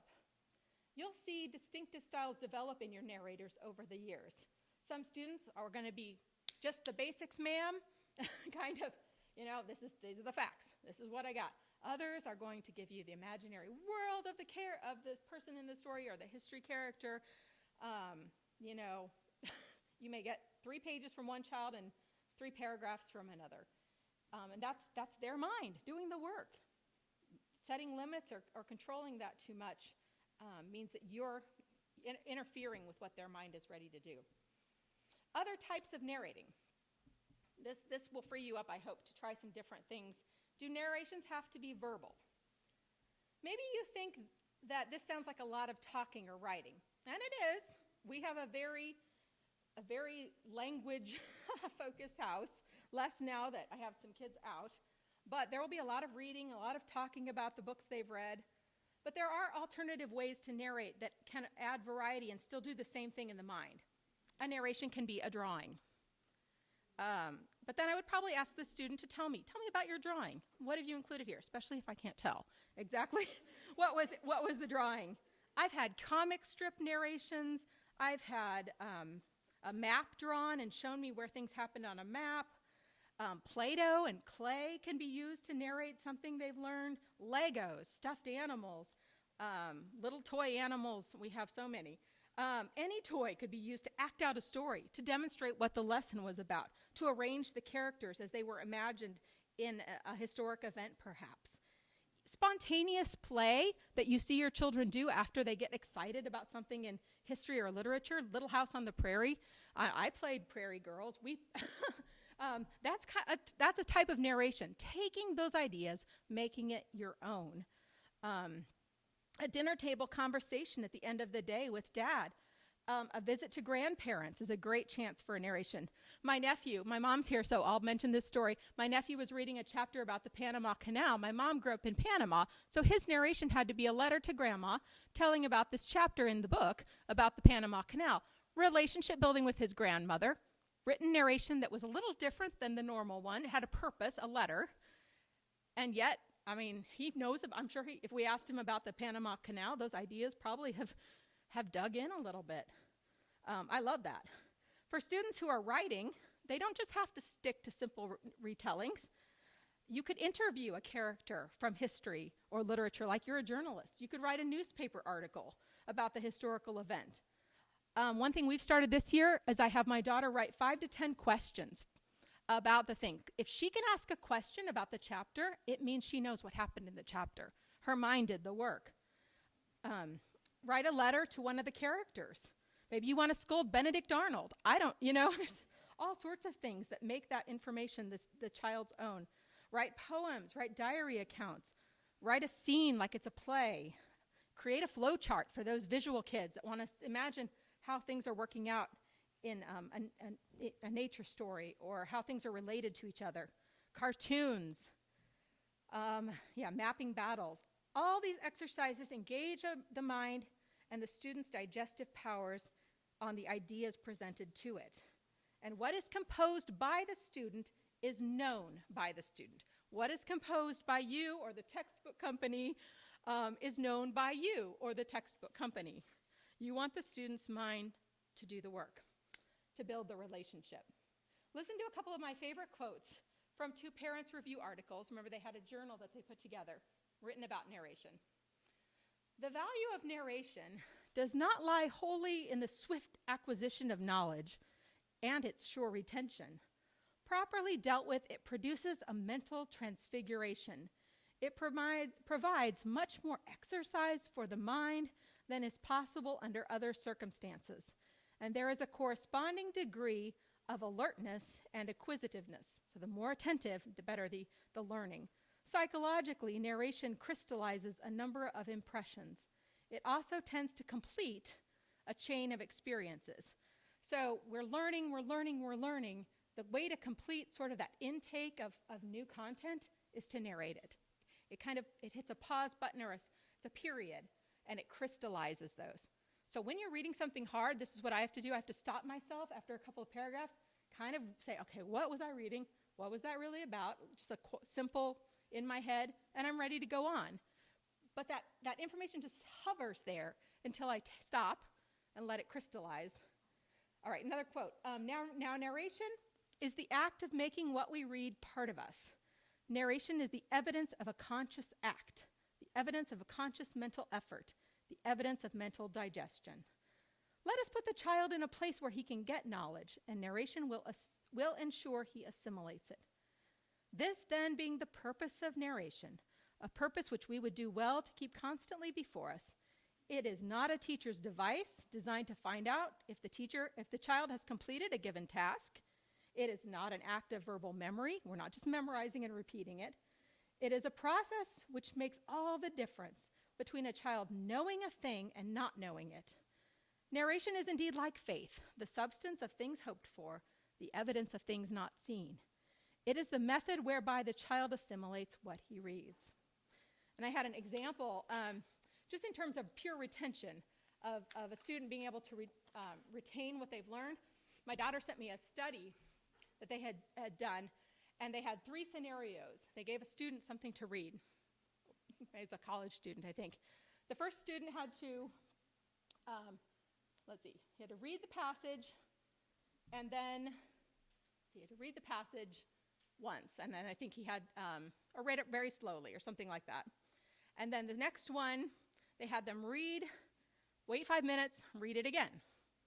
And then the third student, they had them read it and write down everything they could remember about what they read. And the third student in the study demonstrated much greater retention. So it wasn't the slow reading necessarily, the slow, careful, take your time. It wasn't reading it twice, even with a gap in between. It was reading it once, writing down what you understood about it. And it's just a scientific, psychological study. And you can look up other things about narration. Karen Glass, I think, talks a little bit about what's happening in the brain. If you're interested in sort of, is there scientific proof that this is a good method of education? Yes, it is. But that's all I have about narration. That was kind of a quick one, but it's so important to me. And I'll go ahead and stop there. And we can, we're pretty close to 12, but if you have a few questions burning and you want to ask more, or go ahead and check out the book table, we can do that. Is that good, Stacy? Somebody do a few minutes of questions first? All right. I'm sorry that it's a fire hose. This is a lot, I know. You know, it sounds like such a great way to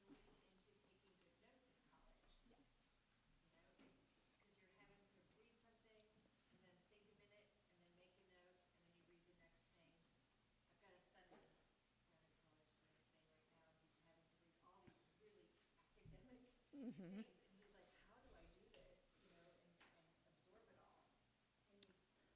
And he made that habit. And he's a note taker, Yeah. in general, because college kids now, like, type on their things.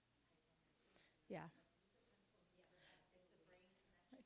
And different books need to be dealt with differently. A book that is a textbook and laid out like a textbook may require a different approach to it, for sure. And you want to. And she has sections in her books where she talks about other uses for books, things like note taking, outlining, summarizing. There are some other skills that you can use books to build and to learn that make you a good student, for sure. But that first act of narration to learning how to do silent narration is a great gift that children can give their mothers.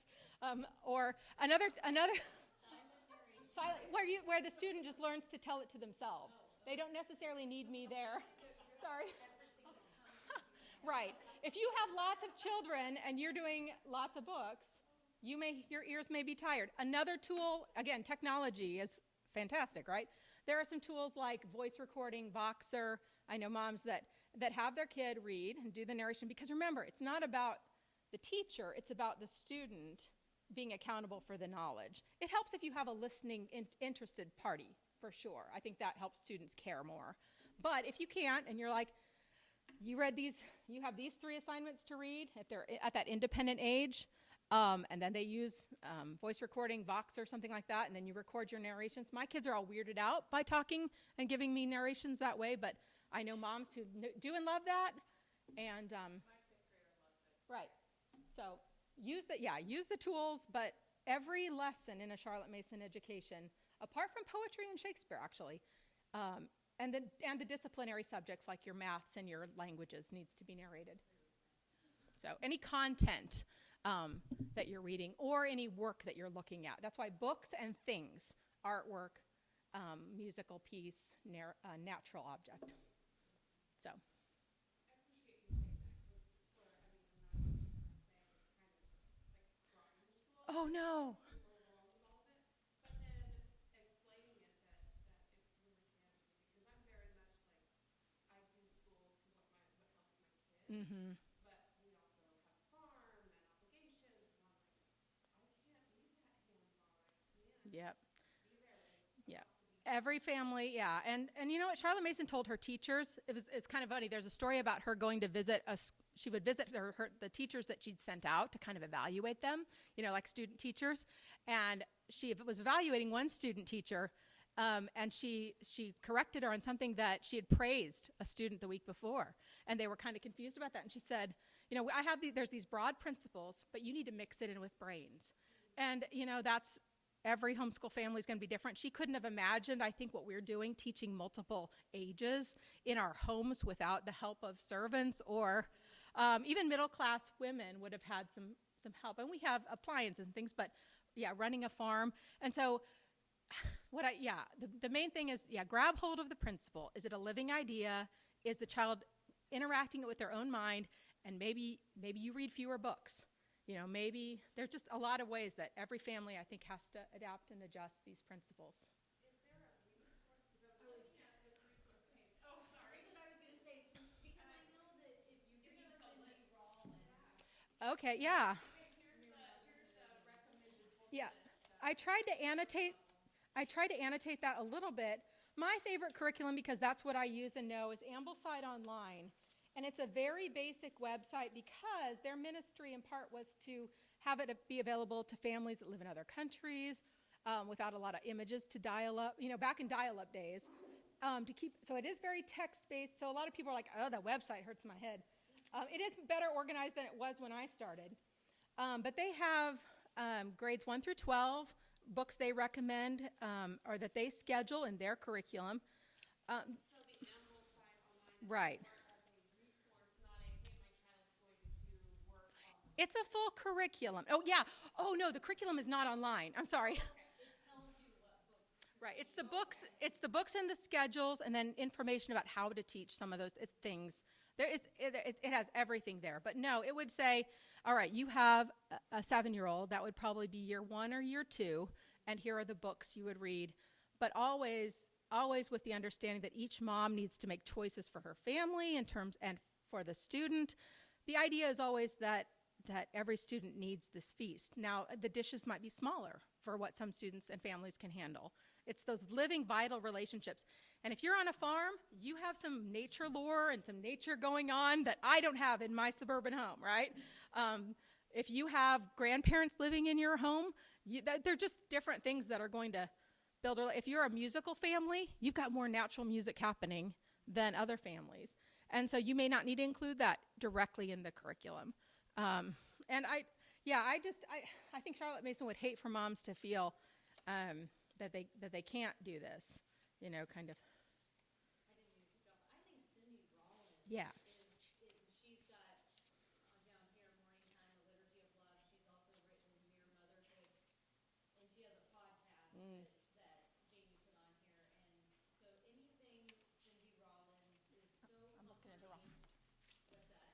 I was looking in the wrong folder. Yeah, I was going to pull out the resource sheet. Yeah, Cindy has raised 9 kids, and she was one of the early people kind of figuring out Charlotte Mason at home. And her solution with a large family was to create a time where everybody was doing some of these things together, and she called it morning time. And there are other people that have morning basket. I mean, maybe you've heard of some of those terms, but the idea that everybody doesn't have to go off and do their own poetry. We can gather around the breakfast table and read a poem. Boom. Not everybody needs to. Right. If you've got kids that are fairly close in age, everybody doesn't need their own history or their geography. Pick one that's maybe about in the middle. The little one will come along. They'll get it again later. Maybe add one extra book for your oldest to read to themselves. They're just, the principles are really the thing to grab hold of. But this morning time, A Liturgy of Love is really helpful for some of those extra subjects that tend to get dropped anyway. And I only included, I guess, two curriculum. Simply Charlotte Mason and Ambleside Online are both full curriculum. There are others, I just don't know them very well. I put Gentle Feast, and if you want a lot of teacher training, the CMEC is really new. You pay a subscription, and then it's like a correspondence school. They send out the curriculum. I just don't know those. But keep it. Right. And think. Right. Yeah, you're not gonna start necessarily with a full-fledged everything's on the table kind of thing. It's okay to layer it. It's okay that one year you did Shakespeare when they were in 9th grade or whatever, and then you didn't get back to it until 12th grade. They still, in their educational life, it's a big picture. It's their whole lives. You're just trying to give them a few of these key relationships that they can take with them. Every family's different. Curriculum choosing and lots of books is my thing. I don't do nature walks. Great. Elizabeth? I just had a note on narration. So my kids are ages 8 to 1, and I've got 6 kids. And so we have a lot of littles, and we do narration. We do morning time because it helps me do the same subjects at the same time, and we do narration. But one of the things Karen Glass talks about in Know and Tell is the way you can make that work is, let's say we read a chapter, and I have my 6-year-old narrate first, or even my 5-year-old who's interested but doesn't have to participate. And she'll tell me what she remembers, and it's usually just a little bit. And then I'll ask my 6-year-old, okay, Isaiah, you tell me the next part. And then I'll ask my 7-year-old, okay, Ruth, tell me about this part. And then Abigail, why don't you fill in anything that you noticed that was missing? And so you don't have to have every single person narrate the same story. Yeah. And so there are ways to make it work with lots of kids. And they love to listen for if somebody leaves something out. Oh, I got it.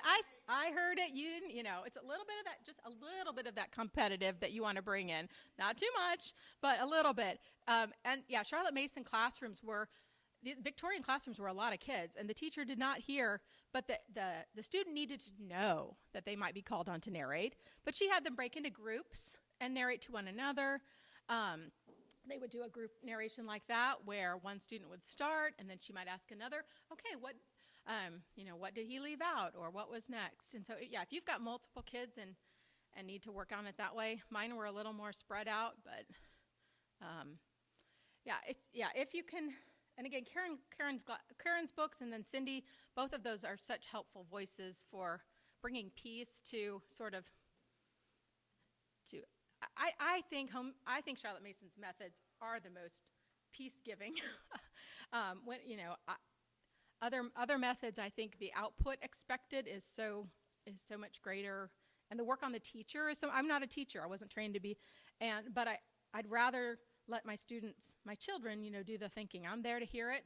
And she talks about in her books that what is the teacher's role then, other than again choosing the books, ordering them a little bit, adding accountability, is to eventually grow to be she calls it a guide, philosopher, and friend. To come alongside and say, hey, I'm here. Tell me about what you're learning. I want to learn about it too. I think it's, yeah. Go ahead. So I hear phrases similar to make sure that you're providing quality literature. That is a very what defines quality? Yeah. Yeah. Well, yeah. Like every Charlotte Mason they've ever read, it's always quality literature. Yeah. Yeah. Well, Okay, that's nice. and you have to remember, school is not all of life. I mean, it ends up feeling like there are times for reading other kinds of books. What we're doing with school books, particular to learning certain content, than the literary nature of the book itself, and because it's their language arts, what they're hearing and seeing, so that they master English well. But that doesn't mean that's all the books they'll ever read. It doesn't mean there isn't a place for family favorites,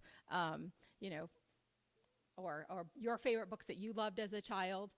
There's a lot of junk for sure, but there's a place for a candy bar book once in a while too, especially for those voracious readers that just want to gobble everything. But I mean, ultimately, we do want our children to love good and beautiful books and to know junky books or whatever, content. Yeah, published before 1950. No.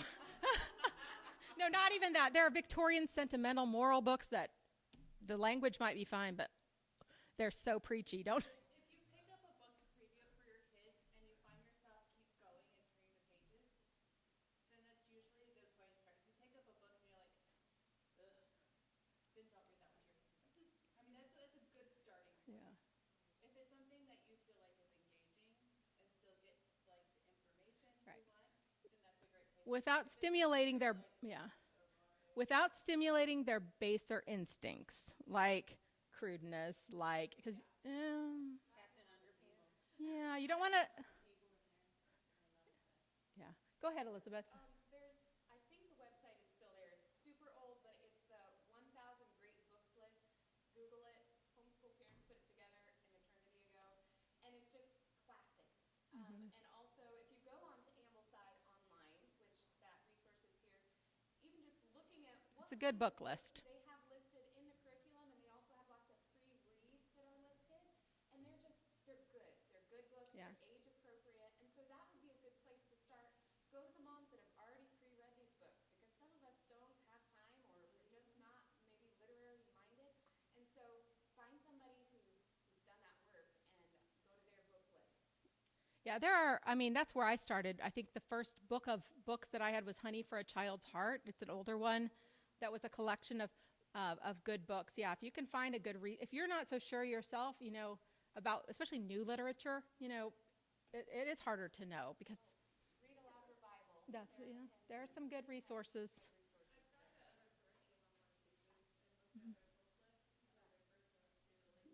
Mm-hmm. Veritas, yeah. Yeah, just a good trusted, and again, it's not just Charlotte Mason. I think a lot of homeschoolers that kind of started because they wanted good books to be a part of their children's lives.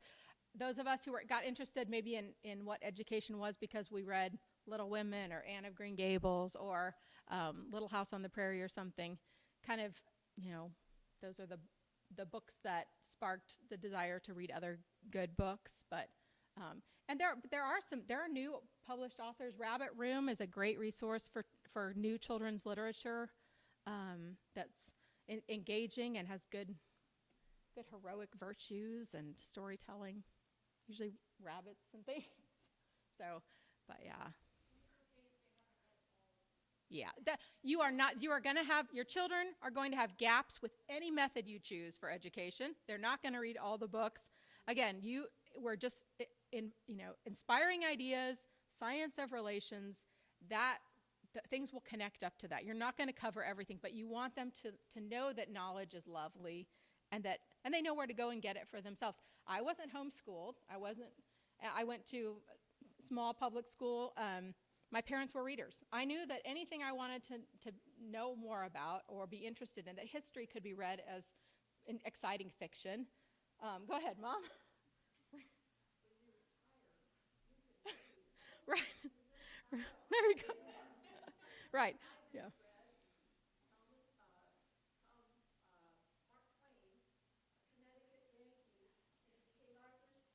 Right. You may not, and your kids may not, but yeah, they may not get back to, yeah, they may not come back to it. Yeah. But it's, again, the work of education while they're with you is a certain time and certain focus, and you want to open up their minds to the relationships that are around them in the world and from other persons. All right, Stacy, did you want to finish up? Oh, sure.